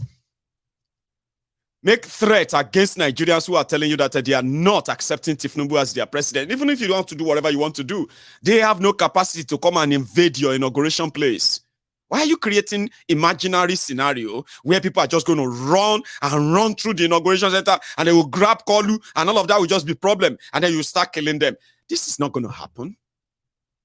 It's all nonsense. And it is Nigeria police. So, how many of you still remember Deborah? A few days ago, this particular month in May 2022 was when a young girl, Deborah, on the left, she was killed by her own college classmates, the same student who are studying the same course in Sokoto. They said she told her classmates on a WhatsApp group that they should stop turning the WhatsApp group, which is for their class and their school, they should stop turning it into religious platform where they are sharing about religion. This is where we are supposed to be sharing our assignments and information and other about school. Meanwhile, those who are MSN students, they are Muslim students in that place, the terrorists, the fanatics, they said she offended. She insulted Prophet Muhammad and she must die. On WhatsApp group, young people, from that WhatsApp group, right, they decided that when they see her next in their school, that was when they are going to kill her.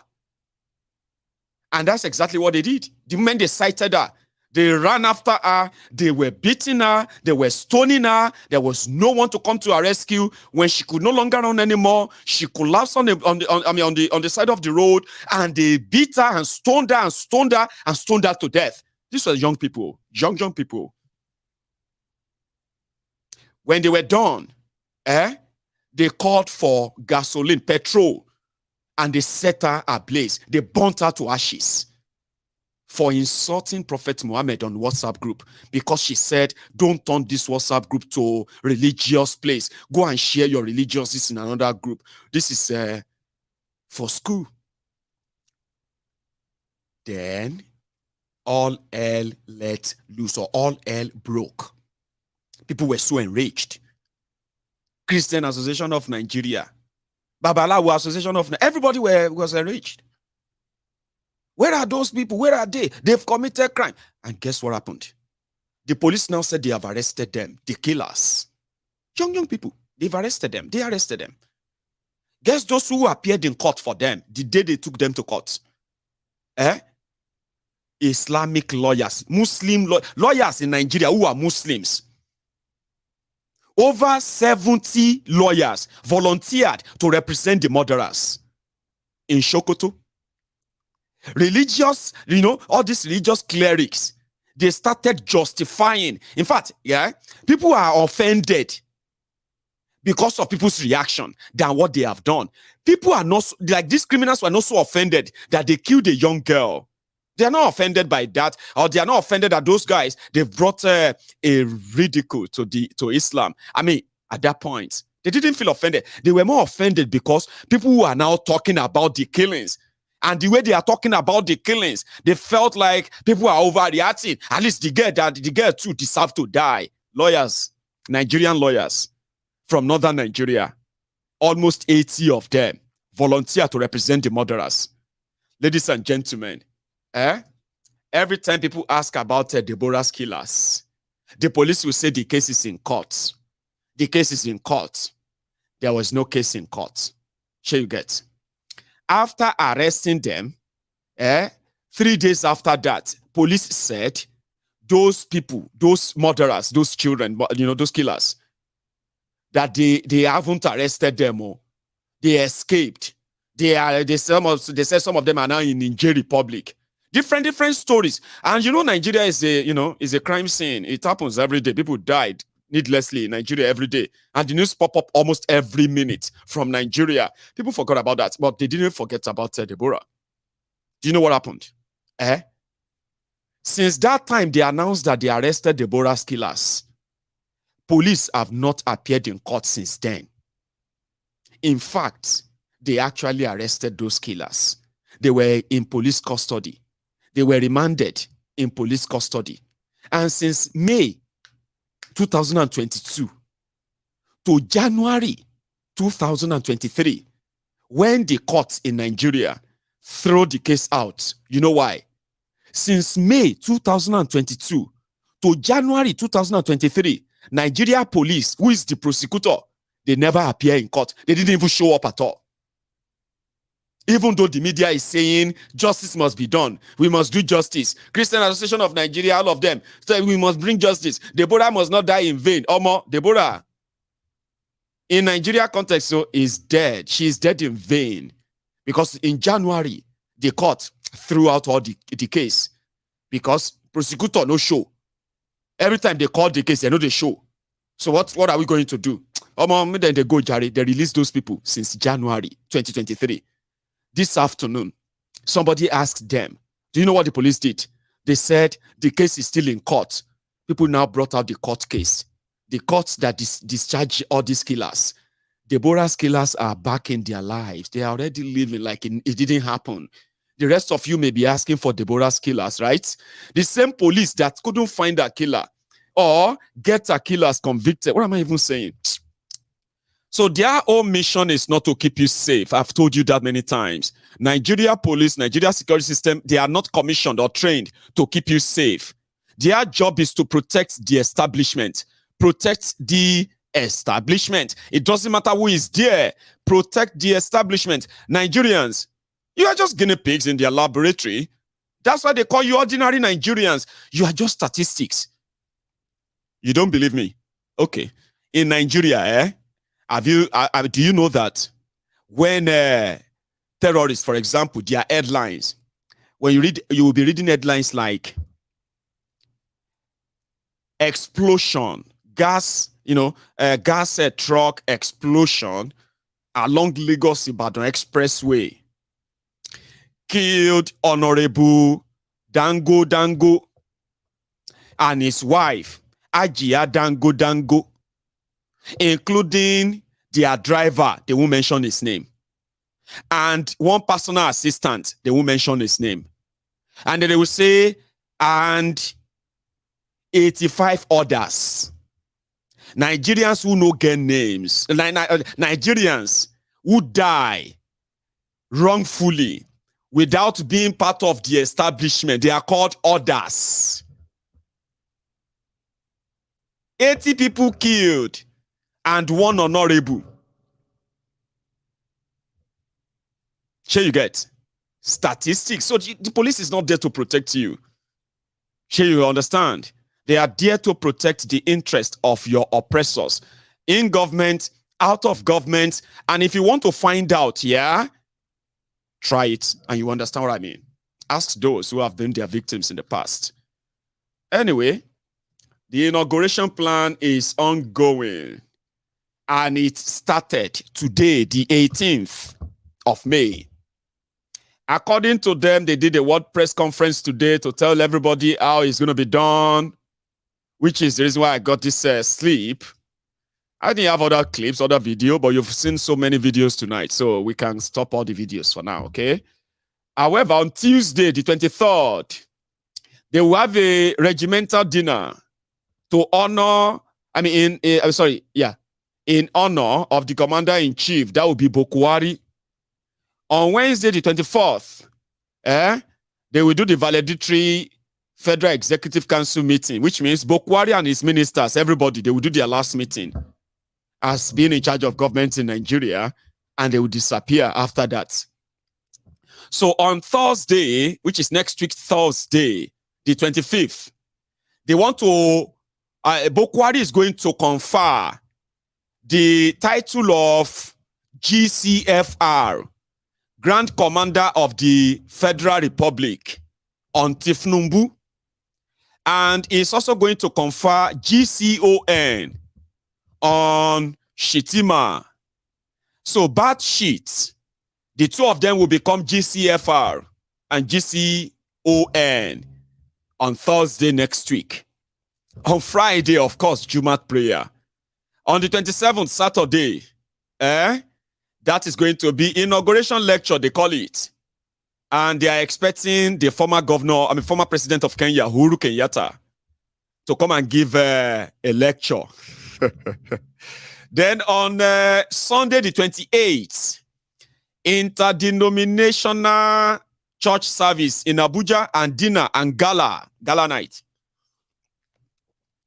That is when you are going to see majority of those who said Tinubu can never be president, Tinubu cannot be this and that. You will see all of them invited. They will be dressed in their best clothes. And they will be there shining teeth. You will see them. I will show you them when that time happens, right? Then on Monday, the 29th, will be the inauguration and the parade and the swearing in at Eagle Square in Abuja. So that same Monday, it is called post-inauguration luncheon, where Tinubu is expected to host a lot of other people, which is going to be like the party have started. And I bet a lot of you will keep reminding them, no, the party is going to be temporary. Good luck with that. I've done my own bit. They are on with their plan like nothing happened. In Nigeria, when it comes to a game of power, steal the power first and explain later. That's how they do it. And that's exactly what Kolu has done. So therefore, he will do everything to keep it. Again, I have many of you who believe that the law will still take care of him and he will be deposed. Or some said he will never even be inaugurated. I just shared with you. They don't seem to be in that world with you. Whether they are or not, we'll keep a track on them. Sure we would. Now, I'm going to go make a cup of tea. And I'm going to... See, I've got another Yvonne on TikTok doing me nice. Yvonne, hi. I've got two Yvonne, two Yvonne tonight. However, I'm going to go make a cup of tea. And when I get back, I can take few calls, okay? Maybe 1, 2, 3, or maybe 4. Depends on what time allows, okay? But you can also like this broadcast if you haven't already. Sure you get. I'm talking about those of you who haven't. If you have done it, don't do it again. That's enough. Once is okay. Like one is fine. So, and you can still help me share this broadcast too. Now, when I get back, I will take calls. Thank you.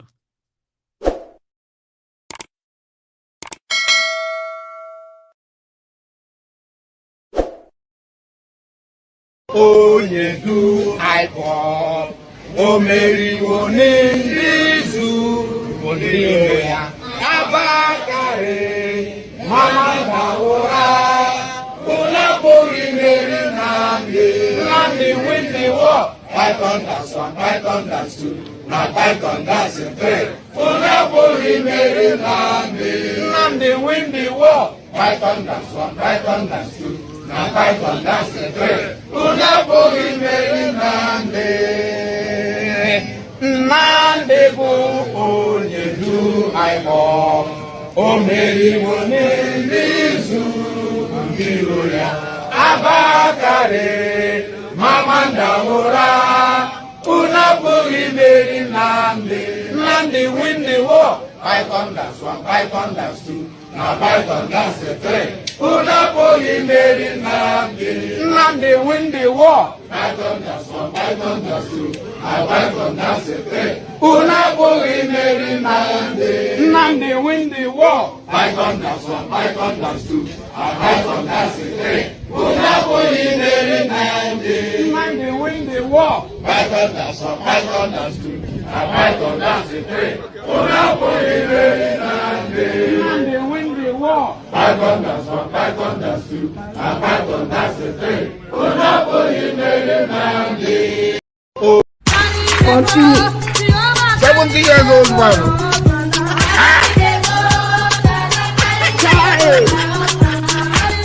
Is that you? Jesus is Lord.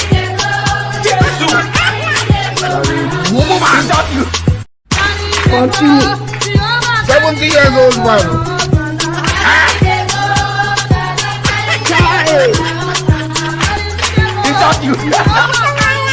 Jesus is Lord.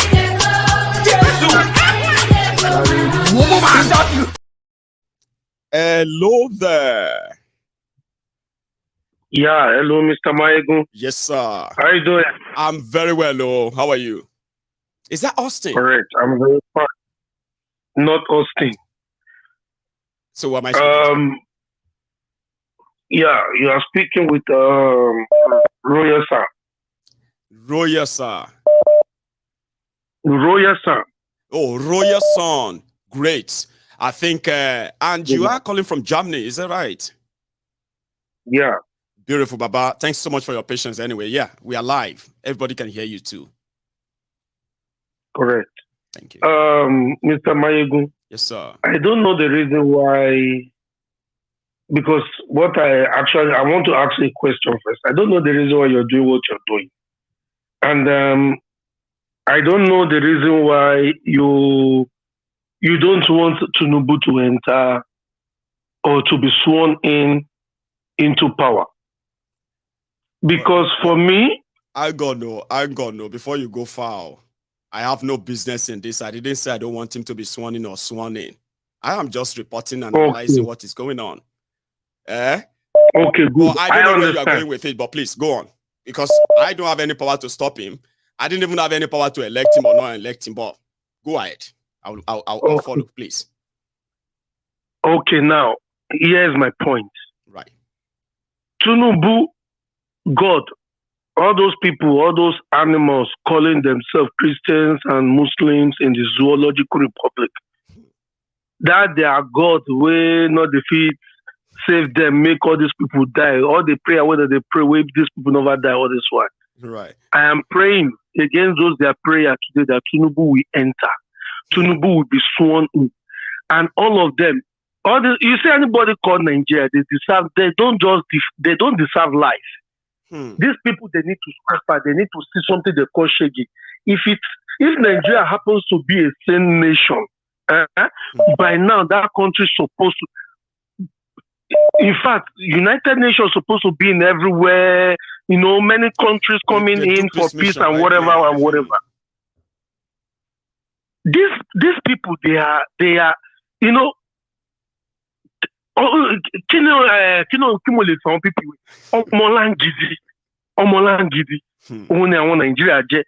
they are like they don't feel pain. They don't feel pain. I don't know why you are feeling for them. If they like, let them kill anybody they want to kill. If they like, let them kill 1 million Deborah. Make a heart something. It's none of my business. Yeah, I understand how you feel and all that. But in all sincerity, right? We cannot feel like that, especially if we are not there. Sure, you get. It's not my. You can say it's not my business. Maegun. Or go on. Okay. Maegun, do you know the reason why you can't? Oh my God, what happened? Are you there? You know the problem with WhatsApp call is if you're on it, another real call may come into your phone and just put it on mute. Hello? Can you hear me? I can hear you, Maegun. Can you hear me now? Yeah, grand. Go on, sir. Yeah. My network is stopped there. Yeah. The reason why you can never win any argument for Nigeria or for Nigerians, let me say, I understand that you are very flexible. And in fact, you actually surprised me the way you actually treated the issue of Shehu Kuti. You are exceptional. I am boasting. In fact, I boast of that about you. But there's something that you need to understand still. Maegun, you can never redeem Nigeria or Nigerians. These people, they need all these things. They need to be, in fact, I am praying all day and night that Tinubu must enter. These people, they need to see fire. They need to see fire. They need to see fire. These people, they are animals. They have no brain to reason. What makes us different from animals is our ability to reason. If it happens to be a sane world where you live there in UK, no, we can't if take it. such thing everly happens, the UK, in fact, the whole place will be burning down by now. But these people are animals. You see them making jokes, making jokes. A lot of people are saying that they can't really explain how Nigeria is still like existing, like still functioning, like it's still there.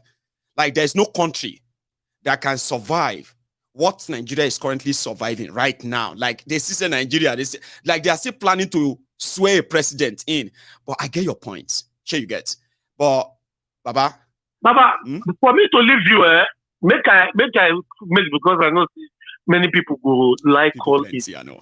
Go on. Make I just close them this week. Sure. Let me say one thing. Every Nigerian, I know say you go there familiar to this very voice now. Every Nigerian, I mean every Nigerian need to. If I have the opportunity to wipe everybody in that contraption, just see what I go just do. I go wipe all of them, make all of them die through away. After I do and finish, I will kill myself. I go do them without thinking twice. I know who I'm talking. I actually know who I'm speaking with joy. I will do it with joy. I will do it with joy. Those people don't deserve to live. They don't deserve to live. I have said it before. You look at the time, my brother. Look at your time now. Look at your time. These people are still sitting in their houses, watching jokes, laughing it off like it's nothing. Oh my God. Baba, make I just leave. I'll take another one. Thank you so much for dropping by. I have hello there. Hello, sir. Good evening, sir. Good evening, Baba. How are you? I'm fine. This is Damilola from Nigeria. Dami, it's good to hear from you again. Yeah. Thank you, sir. Baba? Fine. We thank God. Brilliant. Please go on. Initially, I didn't want to call on the program today. I just want to listen as I've always listened every night. But the last caller, what he said, actually prompted me to call tonight. I'm glad. When he said they should kill all of us in Nigeria, honestly, well, he also said himself too. He also said if he has to do it, it would then when he finish doing it, he will kill himself. So Nigeria won't exist again. Go on. Yes, sir. I actually understand where he's coming from. I understand his point of pain. But then I feel in as much as things get to us, like we're emotional about the situation of the country, we should also think of how animalistic the people we are dealing with are. That's right. And we should also consider the fact that the people that are in here, it's not as if we are stupid or we don't know what to do. I once called in telling you I was a politician and I had to leave politics and just let them be for whatever reason they are doing their thing. The truth is, some of us that even witnessed the NSAS protest and all, I wasn't witnessing from afar. I was on war front. Active. In fact, the day what happened in Lekki, I slept in the bush till morning. So this is not what they told me. I knew everything that happened. Now, this is the thing. The people that died dead, what happened to them now? They are the losses to their parents. They have been the losses. No justice has been served. Nothing has happened. The people that died during the election, what happened as well? Nothing. So in as much as we know that we can come out, we can protest, we can carry whatever we want to carry, scatter everywhere, we should understand that we are dealing with the devil. In fact, these guys are more wicked than the devil itself. So whenever we are talking, I'm telling you, they're just, I mean, I've actually sat down several times, think about how this country could make sense. And I've come to a conclusion that, listen, it cannot make any sense. The only way out, as far as I'm concerned, is out. If you find a way out, congratulations to you. Then wish the others have not found a way out. Wish them well. Let them find a way out as well. The next thing is not to wish us dead or be or think we're stupid or whatever. You see, Dami, you made a very valid point. And it's a point that is backed with facts. A lot of us are talking about so many of you today who are standing up and fighting that same system, even though a lot of you believe that there's no chance that you will win against the system, but you still put everything on the line anyway. We still put up our effort and whatever. We still fight them, even when we know that along the line, chances of winning is minimal. Bodies are falling. All these bodies belong to some people. They have loved ones. They have families too. So if anyone just feel like everybody is the same, that's unfair on those who actually didn't want to be in that Nigeria as it is right now. So you made a very valid point. It is really. So I just want to say thank you for the job you're doing. I mean, we enjoy you every night. Thank you. I appreciate you too, Baba. You have a good one, okay? And stay safe. I have another caller on the line. Hello there. Hello, General. Sakiola. Hey.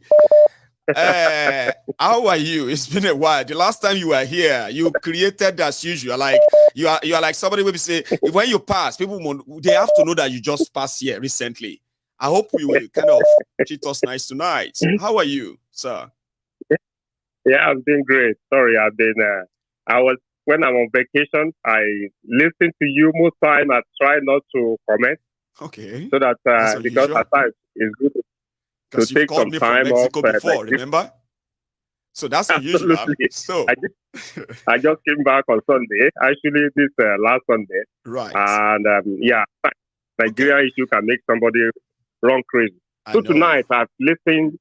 I joined right from the beginning.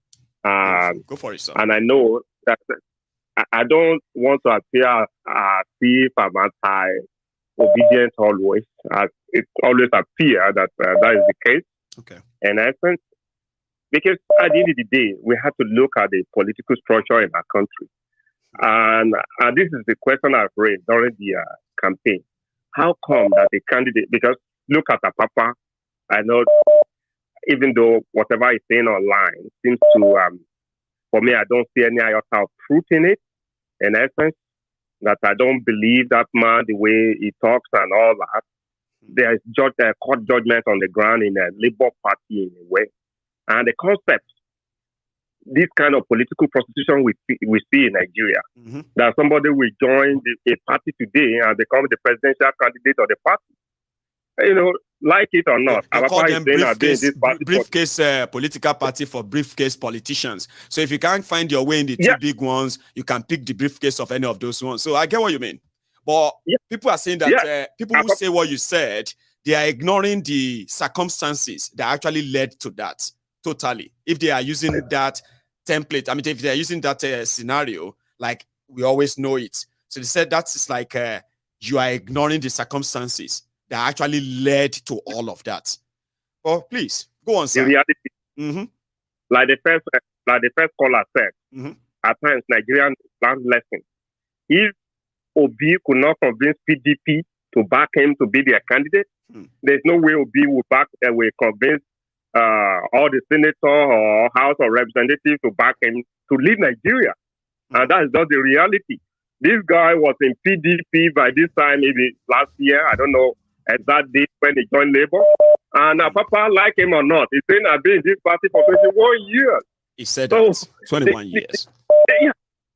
So basically, seriously, we need to start to rethink in Nigeria that we have to build party based on ideology and not just jumping from one party to the other and the creating legitimacy. I don't think Obi has legitimacy to be leading Labour Party, and that is a fact. Obidient will not like that, but that is a fact. If you couldn't convince PDP to back him to represent his party in the election, and I don't think as a president he was going to do anything in essence. Look at Kolu. Like Kolu, don't like him. It looked like he was not going to get the team. He plays game, whatever you like about it. He was able to get his the ticket of his party. We may not like it. People prefer Oshiba or other people prefer other candidates. But he was able to say to all of them, they gave him the ticket, and he will tell you that I've always been in my party forever. So basically, APC should be judged on their record of failure and all that. But on what criteria are we going to judge Obi, who just joined Labour Party, just for political convenience? And this is why Labour is not going to be a very strong party. But what happened to PDP, APC? There's no point in joining them or legitimizing them. What happened to the third force that, Showore and the rest and all of them were like kind of promoted enough that alternative to PDP, APC? But you are kind of saying that it's better they stay back in these two devil party or something like, when I look at Labour the idea of third force that they were promoting at a point to avoid PDP, APC, because what happened to that? They were not prepared. They were not prepared. They could have formed a party far before the election. Not just a year to the election, you just cross carpet to another party, and then you're going to generate this time of that is happening, in essence. I've seen Labour as a mini PDP party. Don't forget, Mimiko in my state, those states, ran to Labour Party, became the governor. After he finished as a governor, he ran back to PDP, in essence. And that is just always the case with Labour Party. Even the Labour Party that we are talking about today, when they came to campaign, Anambra, when Obi was governor, Obi denied them the ability to campaign that state. So this is the reality. Let's face the truth. And don't let us be sentimental. I'm not saying you are, and some of the obedient are in a way. You're right. Like, you are stating your side, and it's a point that you've always been repeating. Sure, you get. And facts are facts on the side.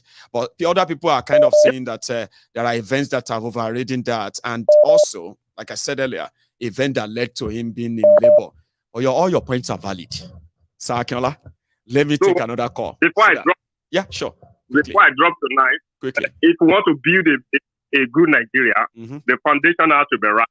But I don't see this Nigeria today as any country that we can build any something on.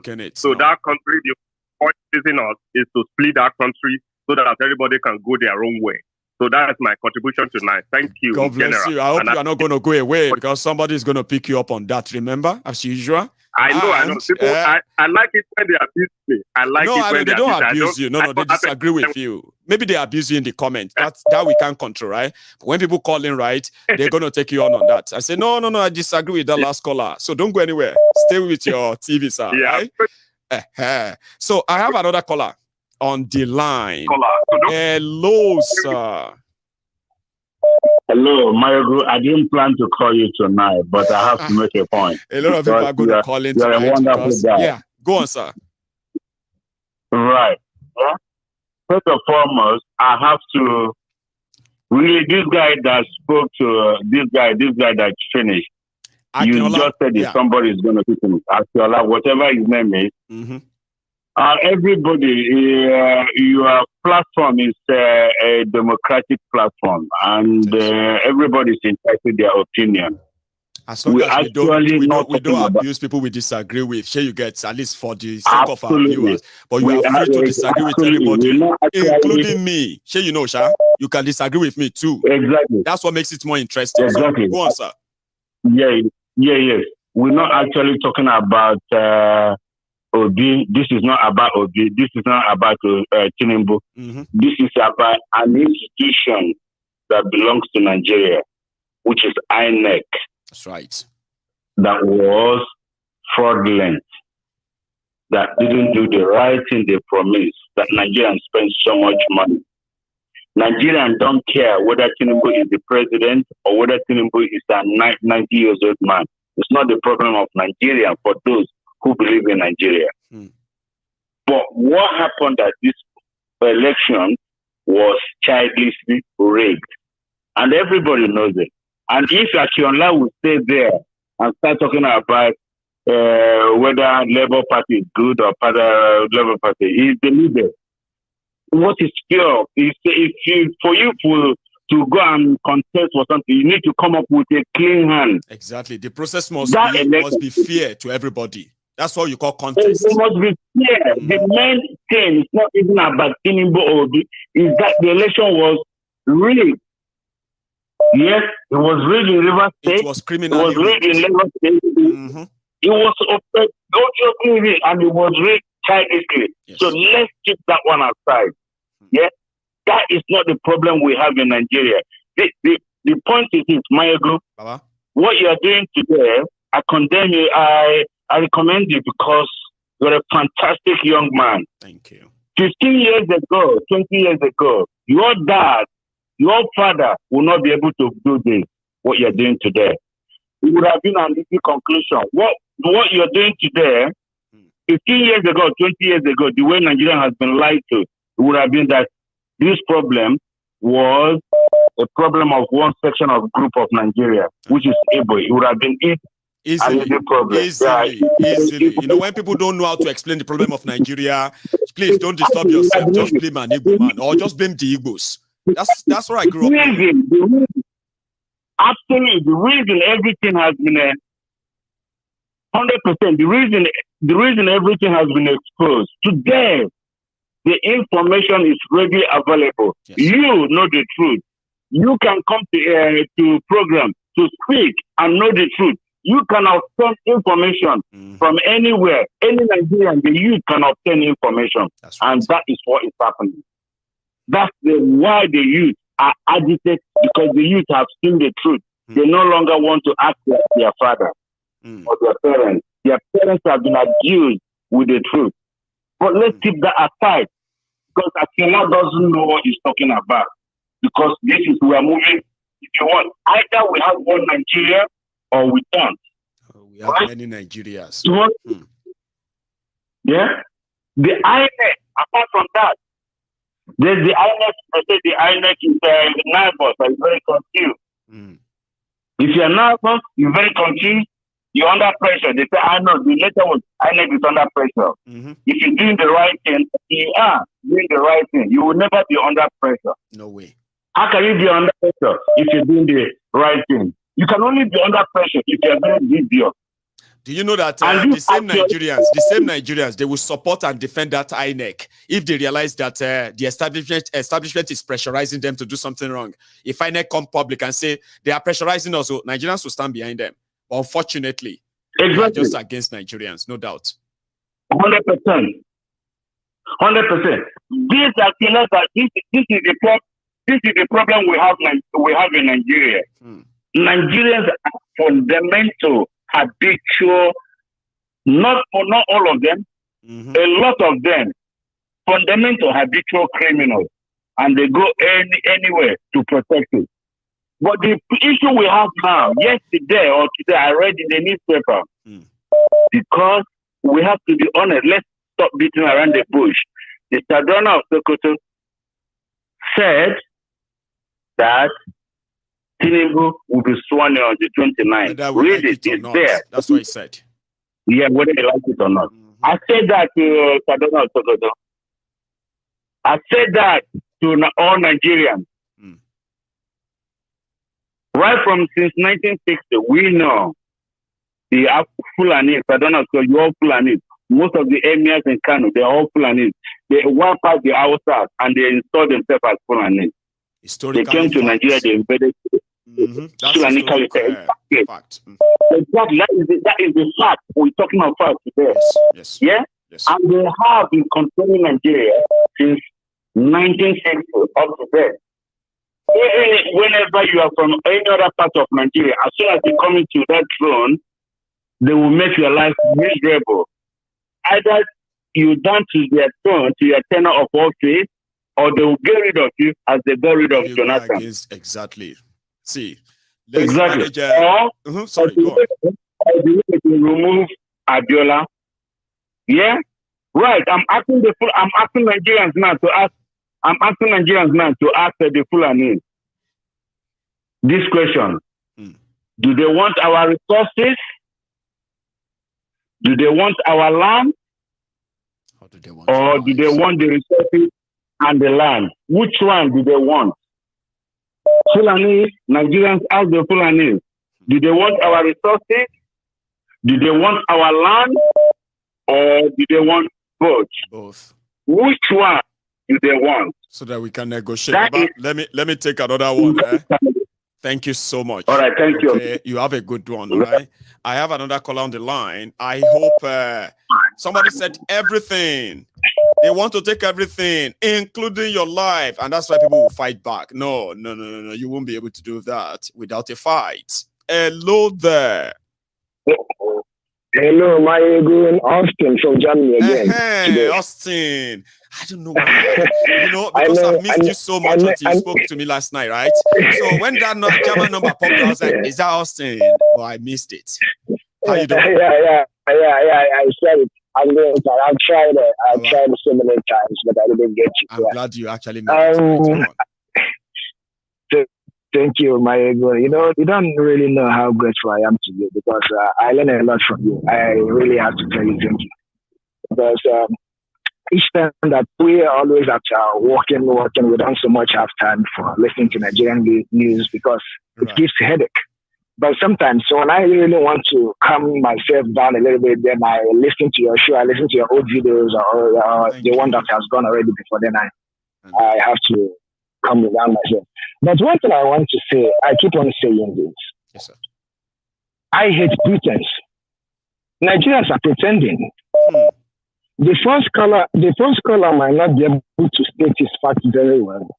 Right. But even though I don't really agree with him, the way he sounded so harshly. I know he's always sounding like that. So many people are beginning to understand from where he's speaking from. Like Sometimes we will ask yourself if Nigerians, if they are really normal. Honestly, because there is this last statement you said now. If the INEC come out and said they are pressurized, but that Nigeria will back them up. And it's true. Yes. This is how Nigeria is. Yes. Sometimes you don't even know where they belong. You don't know where they belong. Do you belong to the oppressors or do you belong to the one that you are oppressing? Nobody talks about it. When they were busy killing Masop guys, everybody said they are stupid. Then they decided to kill the Shite. People say, it's Muslim. Exactly. Then they come up to kill the IPOP. They come up to kill the IPOP. Nobody talks about it. Then when the Showore came up, they say they took Showore. Nobody talks about it. They say it's Showore. Now when Nigerian youth gather up and say entrance, they kill them. That is where it is done to everyone. That thing that Asari Dokumo used to say, Nigeria is not for you. No. Nigeria is not for you. Let us not stop pretending. How many times would they tell you before you know that Nigeria is not for you? Now they never leave you. They have left us behind, honestly. They have left you. So the thing is that Nigerians are living in pretense. Nigeria is not for us. The only option for Nigeria, like I stated yesterday, if we like, let us keep on beating around the bush. The more we are doing this, the more we are prolonging the issue. The best option for Nigeria is to come up and ask the leaders, please, let us come to the round table and discuss about Nigeria. Because no one can, like Nnamdi Kanu used to say, you cannot come from Africa and come to Europe and say Germany, France, and Ukraine be one nation. It's them together and call them one country. Yeah, one country. It's impossible. Look at the story you remembered us about Deborah. I was thinking when he was saying, I went back to my thought and I said, I have kids. I have 4 children. And I can imagine how can a mob come and kill my daughter. I will never be normal again. I'm honest to you. I will be terrorist. I'm honest to you. I will terrorize everybody till I die. Because I have only one daughter, and one person will come and kill her. Then I will never be normal again. Some way that you are seeing the video of your daughter. Somebody seeing the video of their daughter burning online, seeing the ashes of their daughter burnt. The daughter you sent to school, they burnt her. I will never be. I will never be normal again. I won't lie you. I won't be normal again. So now we are taking and the same. You know the funny thing. Yeah. They are young ones, radicalized like that. Imagine when they grow old. This is what you are going to see. So Nigeria is not for anyone. Igbo, Hausa, Yoruba, Fulani, Ishikiri, Urobo. It's not for all of us. The only option for Nigeria is to disintegrate. Either we like it or not. I can understand some people say they have businesses in Lagos, they have businesses in Abuja. Because of that reason, they are afraid that they are going to lose their businesses. The more you are doing this, the more it's only when you live on earth that you talk about your business. That's when you understand. Nigeria will happen to all of us one by one. Don't separate. Thank one you so by much one. for stopping by tonight again, Baba. Thank Let me take another one. Thank you, my dear. Thank you. The time. It's like a lot of people also want to drop theirs too. Thank you so much. So there are many who said that, I didn't plan to call tonight, but it seems the conversation is so interesting right now. More people are trying to get in. Hello, ma. How are you? God bless you always. Amen, ma. Amen. Two things that I really want to contribute to now. Please. You can see from the killers of Deborah that the future of that country is blinking. Because those are the young ones that are in schools, educated. Already, they have the mindset of killing their own mates. Mm-hmm. So you can imagine what is coming when those group becomes an adult. How? And if that country still remains as one, already you can see the pattern that is coming from that side. That's right. And one thing I hate most are the people that are not so honest. They will come and say, but I don't support Tinubu. Some of them, they are not bold enough. If you are a supporter of Kolu, let us know. Don't hide under any cover or duvet. It's the point. We are no fools. We are talking about corruption. You see a man that is corrupt to his nose. Apart from that, this man is not healthy. How can somebody that is not healthy manage to rule over 200 million? And fix an unhealthy nation or a sick country. Sick man fixing a sick country, Baba. Sick man. I'm about to see that. What do you call Guinness World Record? Kilode. And people are still forcing this man down our throat. Because every one of them want to do chop, make and chop. Chop, I chop, Nigeria. This chop, make and chop is the problem that we have in that country. See,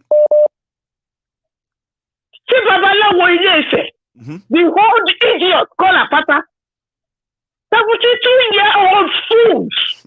70 years old man, oh. 70 years old man. 70 years old man. Me. The man is stupid. It's a stupid bastard. Tọ́lá sọ pé òun gbé ọmọ kan ṣépè. Kó gbàgbé ẹ̀jọ́. Babalawo Apapa, ó tọrọ. Àwọn kan sọ pé kò sẹ́fọ́ ọmọ yìí ò ní mọ́. Omi tó ti fi ẹ̀yìn ni kì í mẹ́yìn lára. Wow. Kò bá gbé yẹn. Ìjẹ̀bú ẹ̀ ní èpè. Wà. Kágùn rẹ̀ bá sẹ́n. Kò bá gbé yẹn. Kágùn rẹ̀ bá sẹ́n. Ṣọjọ́ kúrò yẹ̀ ní. Wọ́n kẹ́fọ́ ọ̀la àfọ̀la ikú àwa ń ṣe ní. Mo bá kọ̀la àtúnkọ̀la kò bá dọ̀la àtúnkọ̀la àfọ̀la ẹnu ohun rẹ̀ ṣe máa fi pé. Lọ́sẹ̀ fi ń pè kú ojú ọ̀nà. Wà yé mi. Àṣìkò àdàbí tí ìbá tóbi ló bí òun gangan. Kó gbàgbé yẹn jọ. Mami. Let me take another one. Thank you so much for stopping there tonight as well. I will take another call. My time is already winding down already, but here we go. Hello there. Yeah, MG, good evening. Hey, Baba. How are you, sir? Yeah, Shojoro Fumio. Most send the on the 4th. I think we're about winning. If it is to sorry, to speak against corruption on the 4th of May.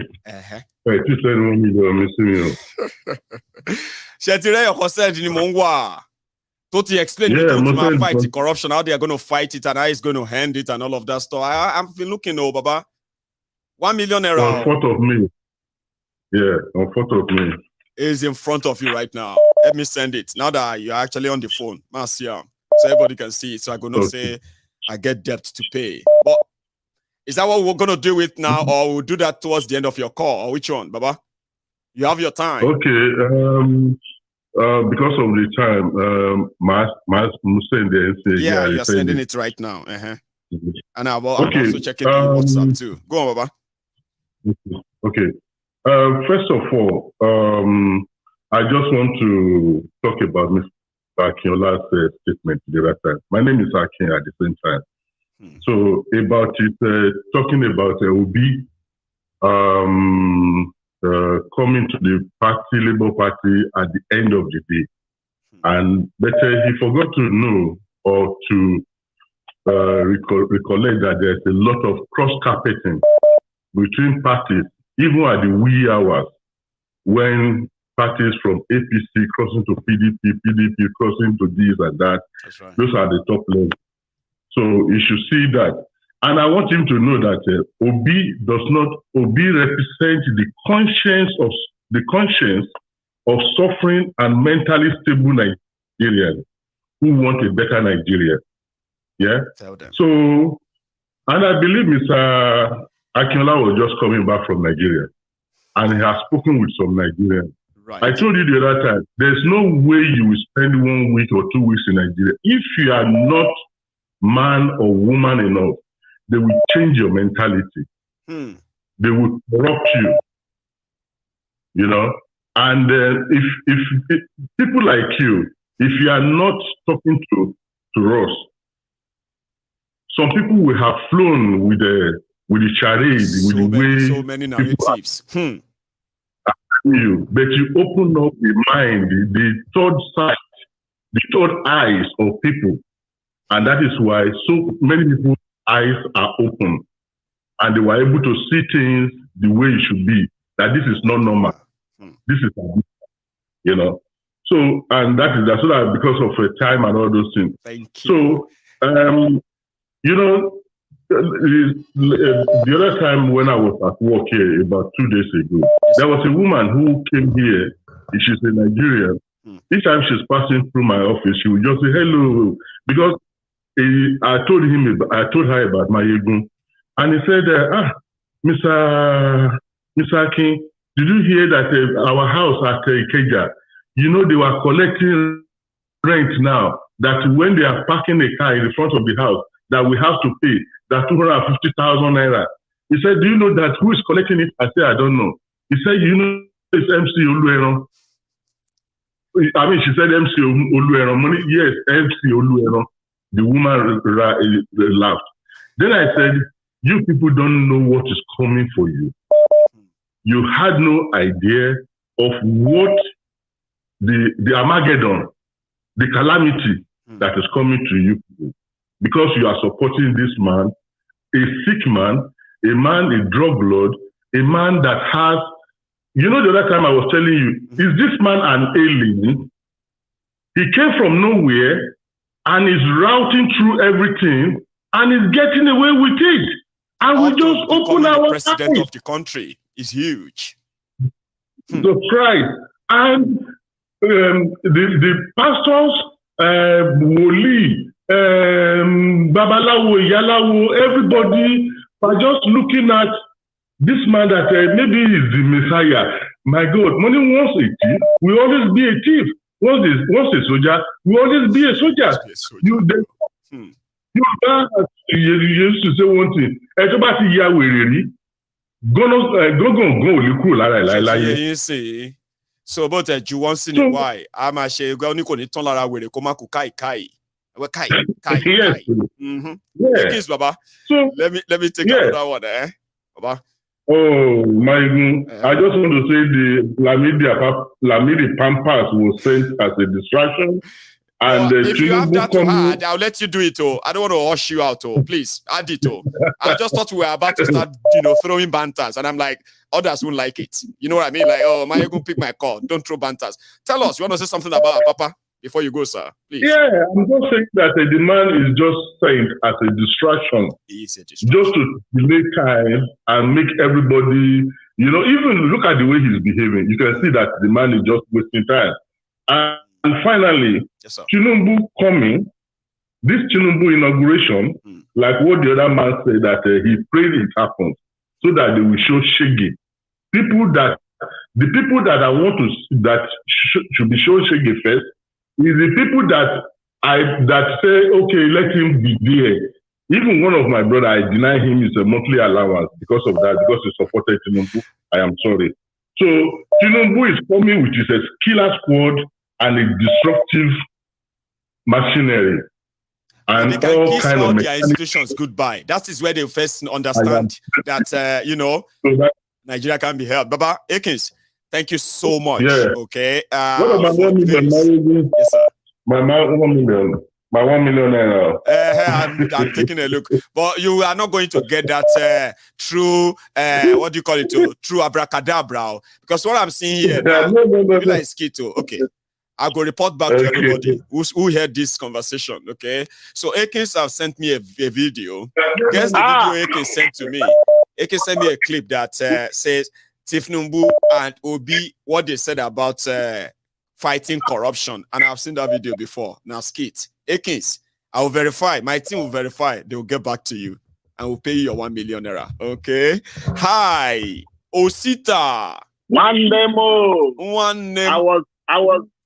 I was saying, if I don't get you today, I will eat tonight. For the first time, Osita, you kind of exhale, like you are so happy that you got connected. I've never seen you heard you that kind of happy. I'm so happy because it's so interesting tonight. It is an interesting night. Please help us make it more interesting. I mean, please. God bless you for your good work, because Amen, you have been. They said they have third force, but I think you're the third force, you're the third eye. Okay, thank you. Now, all of you on this platform, you'll be my hype men and hype women. If I collate everything people say about me every now and then, I will make an album of how much you've all been hyping me. At the end of the day, I need you to take record, because when things go the way we want, you have to write a book. All these things are epistles. Well, I've got a diary. I can only just go back and review all of them, and I can write a book. Osita, fire. So now, I want to go to, I think, the second caller that said he was going to kill, if he had the opportunity. They didn't kill all of us. Where would they go? They don't exist anymore. And I laughed at you when you asked that question, because you were taken aback. You were trying to know why is it asking. You know what I mean? It was direct now. Why are you wasting your time to try to answer me? Yeah, no. If it's listening, if it's listening, I will answer that question on your behalf. Please. Nobody in his right senses wants a narco presidency, because especially for somebody like me that lives abroad, it is going to affect me negatively. Absolutely. So if he doesn't know, I travel a lot. If he doesn't know, let him know. He lives abroad as well, too. He does. If he doesn't know, it's going to affect him for asking that question. There's always a saying that bad things happen when good people refuse to do nothing, absolutely nothing. So he has not even done his own part, like I said yesterday. The only path that he has chosen is, I'm going to kill everybody. Do you think everybody in Nigeria, everybody likes what is going on in Nigeria? Some people will definitely like it and some will not like it. And I will tell you categorically here that 70% of those that like it are those people who are indisposed. they don't have knowledge because the Bible says my people perish for lack of knowledge. That knowledge is education, which they have taken away from the people. And when they come out, they call them Babare, Baba, all right, sir. That is all right, sir. That is what they have made you to be. I read a book here. I read a book in my life. If you want to grab power, it takes about 40 years. It takes about 40 years for you to build an ideology. Ideology are not just built today and tomorrow it starts manifesting. It takes 40 years. No. Then look at when Buhari came and now it's almost like 40 years. The new Buhari in the I'm talking about the military era. Look at it and now. Because they are now harnessing the sea. Buhari is part of the first school. They are harnessing. It was part of the 1960s. Yes, that is what I'm saying. As far back as that, oh. So they are now harnessing. What did Buhari do first? He destroyed the education, especially in the southern part of Nigeria. That was what he did. So sometimes if people don't understand it, you just analyze things without you making your own deep search, your own reservation for you to know the exact thing to say. They gave youth entertainment. It is the same thing that happened in the Western world, where they gave black people entertainment. And when they get entertainment, they forget who they are, their identity, what they are supposed to do. Imagine that young boy that owns Facebook as young as he is. Every country in the Western world, every country in the world, they will always call him to say, please, try and control what happens on your social media. Because they do that, they plead with him, either anybody likes it or not. It's because he is so strong, he's so powerful. But if you ask the black man, what do you want to become? The black man will say, oh, I want to own a fashion studio. I want to own a fashion store. I want to own Air Jordan. Those are the things those things are not politically powerful to control the society. That is something that people don't understand. And let me come to round up with Mr. Akinola. I am sorry to say, if you're listening, you've always been here. An antagonist, I will tell you that. Everything you come here to discuss is all about P2B. Let me tell you something. Everybody is not going to support P2B. No. If I have an option at Omoibo when I be, if you ask me to choose between the election and the Obi presidency, I will say, let me choose. I mean, Obi presidency, election, Obi presidency, and referendum. That we all should go our separate ways. I will tell you, we will go our separate ways. And Obi will still become the president in the southeastern part of Nigeria. That is something I want you to understand. You won't come here all the time. You will not make your reservation. I don't even know if you read. I do not know even. You only do hearsay. You will come in here and you will say your things the way you want it. In America, if you do not know what the Labour Party looks like in America, the Labour Party is independent. The Labour Party has been there for a very long time. It acts like an independent party. So people can always go there. Even at the time Trump was thinking about going to the independent party, when he was thinking that the Republicans are not going to give him the ticket. So I do not know where you're getting this thing from. And Mr. Akinola is also there with you in America, by the way. So he should know that too. I wish I can have his number. I wish I could have his number. Then I can have a lengthy discussion with him. We are not quarreling. We are not fighting. No. But what I want him to understand is they ask you to choose between the devil that you are looking at and the peacemaker that you are seeing. There's only one thing that P2B presidency can bring to Nigeria if it happens. The only thing it will bring is that me and you would say, oh, that the will of the people have spoken, that the will of the people is effectual. That like is the only thing it can bring. You know what people are saying, though, Sita? They said this whole thing wouldn't have been an issue, right? If INEC just did what they said they want to do. And APC, PDP, do use whatever they want to use. And Tinubu is still like declared winner. They said nobody will actually raise anything. But seeing what happened, and even seeing what is happening right now to manipulate it, you can't face them and tell them that Tinubu won. It's an insult to them. You know what I mean? Like if INEC has done what they said they wanted to do, there will actually be no arguments right now. Osita. Yeah, there wouldn't have been an argument. Nobody would have been saying that, by this time, nobody would have been saying that Peter Obi is an Igbo man. Everybody would have moved on. Everybody would have tried to move on. Some people feel like, we thought people would fight, but they didn't. But you manipulated them in daylight. And you're telling them that they are confused. They don't know what they saw. And you came here and you were telling people that, why did he not convince the people in PDP to give him the presidency?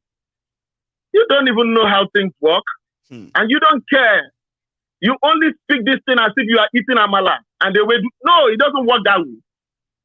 So please, I need you. I'm advising you. I know you're an elder brother. From your voice, I know you are older than I do. But I am pleading with you.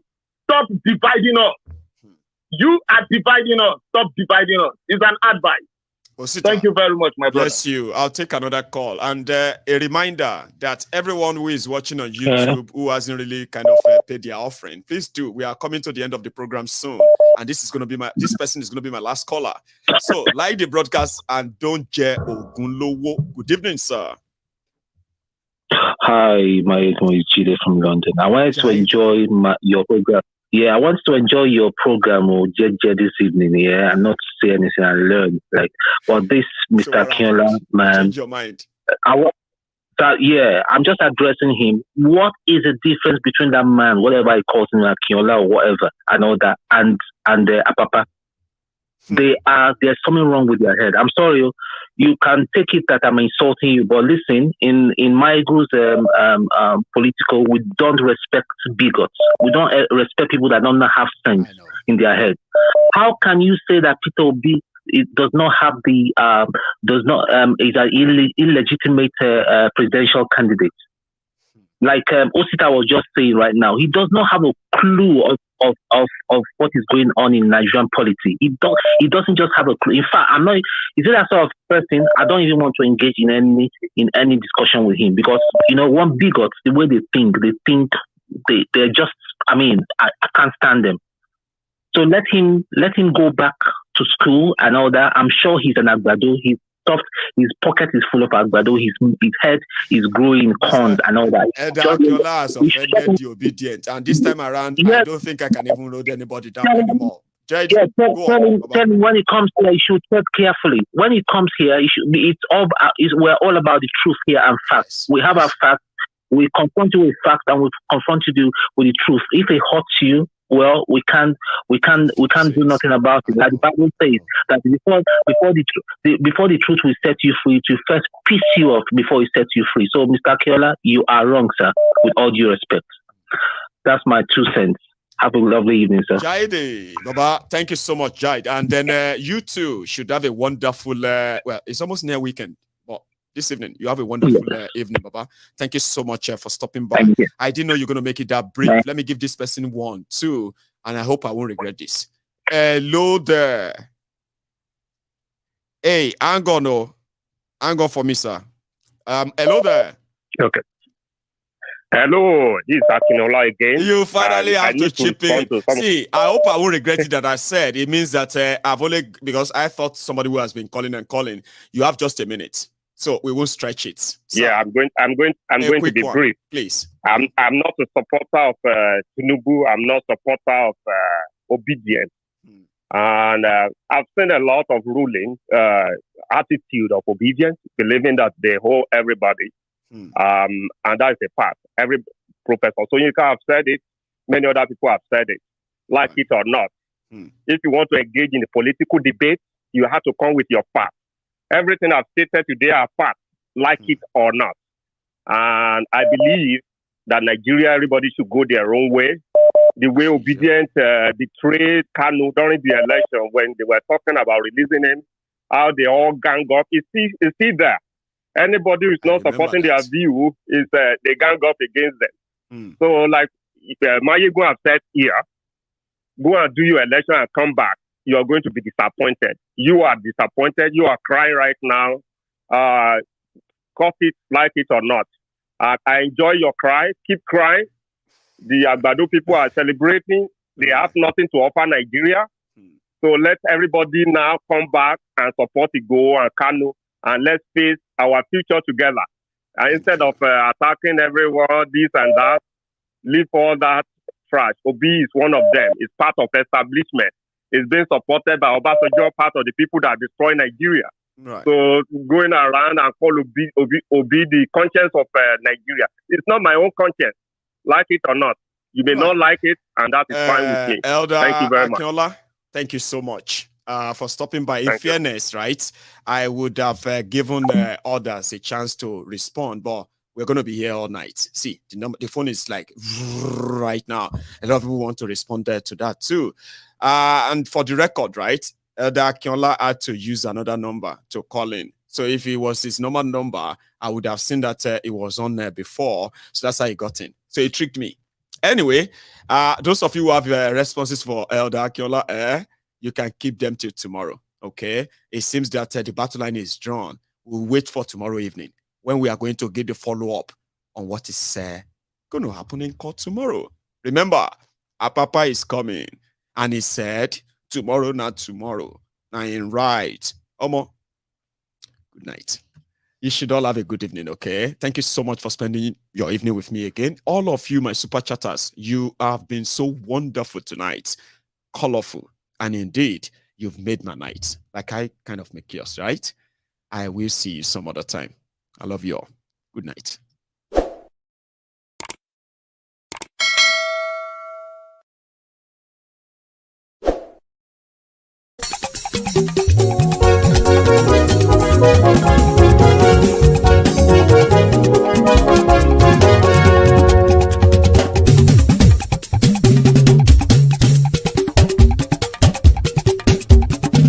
Mayegun làwa mọ̀ làmọ̀ tó dòdòdò. Mayegun dayari Nayibi #1. Mayegun làwa mọ̀ làmọ̀ tó dòdòdò. Mayegun dayari Nayibi #1. Mayegun ti dé o ọ̀rẹ́ ara ìlú. Mayegun dayari Nayibi #1. Lórí Facebook lórí YouTube. Mayegun dayari Nayibi #1. Gbogbo bó ṣe ń lọ ni Mayegun já wa sí. Mayegun dayari Nayibi #1. Àṣírí ọ̀jẹ̀lú kì í bò níbẹ̀ o. Mayegun dayari Nayibi #1. Bó bá ṣe eré àní Mayegun máa wí. Mayegun dayari Nayibi #1. Ó sì tún ṣe eré wàá gbọ́ níbẹ̀ o. Mayegun dayari Nayibi #1. Mayegun dayari politico. Mayegun dayari Nayibi #1. Godfatherism kò sí lọ́rọ̀ Mayegun. Mayegun dayari Nayibi #1. Ẹ farabalẹ̀ sẹ́ o kẹgọ́rọ̀ lẹ́nu o. Mayegun dayari Nayibi #1. Àní Mayegun làwa mọ̀ tó dòdòdò. Mayegun dayari Nayibi #1.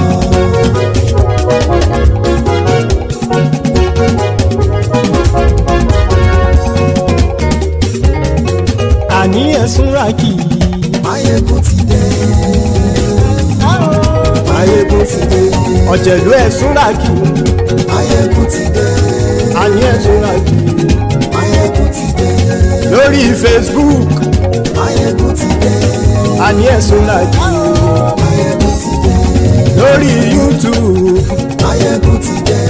Àní ẹ̀sùn ràkì. Mayegun ti dé. Bọ́ bàbá gbé wúrẹ́. Mayegun máa wí. Àní ẹ̀sùn ràkì. Mayegun ti dé. Ijó ìgbádìyẹ. Mayegun máa wí. Àní ẹ̀sùn ràkì. Mayegun ti dé. Bí pẹ̀sìdó bá rúfin o. Mayegun máa wí. Àní ẹ̀sùn ràkì. Mayegun ti dé. Bí gómìnà kówó jẹ. Mayegun máa wí. Àní ẹ̀sùn ràkì. Mayegun ti dé. Ọlọ́pàá ti ń darí bá. Mayegun máa wí. Àní ẹ̀sùn ràkì. Mayegun ti dé. Aṣòfin tí ń rúfin o. Mayegun máa wí. Àní ẹ̀sùn ràkì. Mayegun ti dé. Òpùrọ́ olóṣèlú. Mayegun máa wí. Àní ẹ̀sùn ràkì. Mayegun ti dé. Ọ̀jẹ̀lú ẹ̀sùn ràkì. Mayegun ti dé. Àní ẹ̀sùn ràkì. Mayegun ti dé.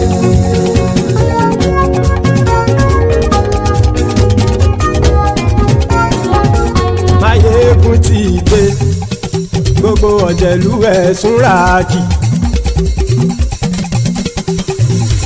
Máyégún ti dé gbogbo ọ̀jẹ̀lú ẹ̀ súnra kì.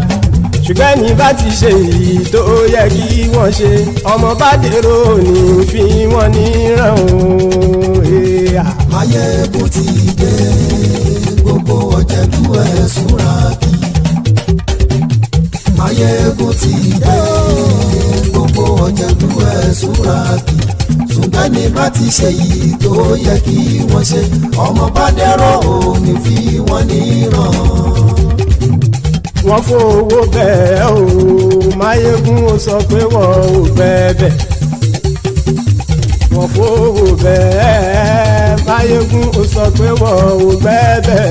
Oníkan ṣáàtì ṣe èyí tó yẹ kí wọ́n ṣe fáwọn ará ìlú tó gbé wọn débẹ̀ o. Máyégún ti dé gbogbo ọ̀jẹ̀lú ẹ̀ súnra kì. Máyégún ti dé gbogbo ọ̀jẹ̀lú ẹ̀ súnra kì. Ṣùgbọ́n ní bá ti ṣe yìí tó yẹ kí wọ́n ṣe ọmọ bá dẹ́rọ̀ ò ní fi wọ́n níran. Kì máa yí ṣeré ọ̀rọ̀ yìí kì í ṣẹ̀fẹ̀. Kì máa yí ṣeré ọ̀rọ̀ yìí kì í ṣẹ̀fẹ̀. Ẹni bá ti lè lẹ́bọ̀ lẹ́rù o ọmọ bá dèrò kàṣà ìtú wọn síta. Máyégún ti dé gbogbo ọ̀jẹ̀lú ẹ̀ súnra kì. Máyégún ti dé gbogbo ọ̀jẹ̀lú ẹ̀ súnra kì. Ṣùgbọ́n ní bá ti ṣe yìí tó yẹ kí wọ́n ṣe ọmọ bá dẹ́rọ̀ ò ní fi wọ́n níran. Tẹnitẹni ọmọ Máyégún ọ̀rẹ́ ara ìlú mọ̀mọ́ ni mo fọlọ́run ṣọ́ ẹ̀ bá kìlẹ́bù. Lóòótọ́ olódodo ìlú ọ̀tá ìlú mọ̀mọ́ ni ìwọ ṣá máa ń ṣọ́ra kò sì mọ́ bẹ̀rù. Bọ́tà ń lè rí bóníṣègùn lé káwọn mọ̀mọ́ fi ṣera wọn ni ó ti dẹrùn tí wọn ò gbọ́dọ̀ sì mọ́ bẹ̀. Èèpo ọ̀bọ lọmọ bá dérò tàjẹ́ ò gbọ́dọ̀ jẹ́ ó ti dọba lórí àbínú ẹni kò sì mọ́ bùyà. Àìsíwọ́lu ní ẹnìkẹ́ ìgbódì ẹyin lábàrá o ó kó ẹni tó bá dán o àkàmù. Máyégún ti dé gbogbo ọ̀jẹ̀lú ẹ̀ túnra kì. Máyégún ti dé gbogbo ọ̀jẹ̀lú ẹ̀ túnra kì o. Ẹni bá ti ṣe yìí tó yẹ kí wọ́n ṣe ọmọ bá dèrò òní fi wọ́n níran o. Máyégún ti dé gbogbo ọ̀jẹ̀lú ẹ̀ súnra kì. Máyégún ti dé gbogbo ọ̀jẹ̀lú ẹ̀ súnra kì. Ṣùgbọ́n ní bá ti ṣe yìí tó yẹ kí wọ́n ṣe ọmọ bá dẹ́rọ̀ ò ní fi wọ́n níran.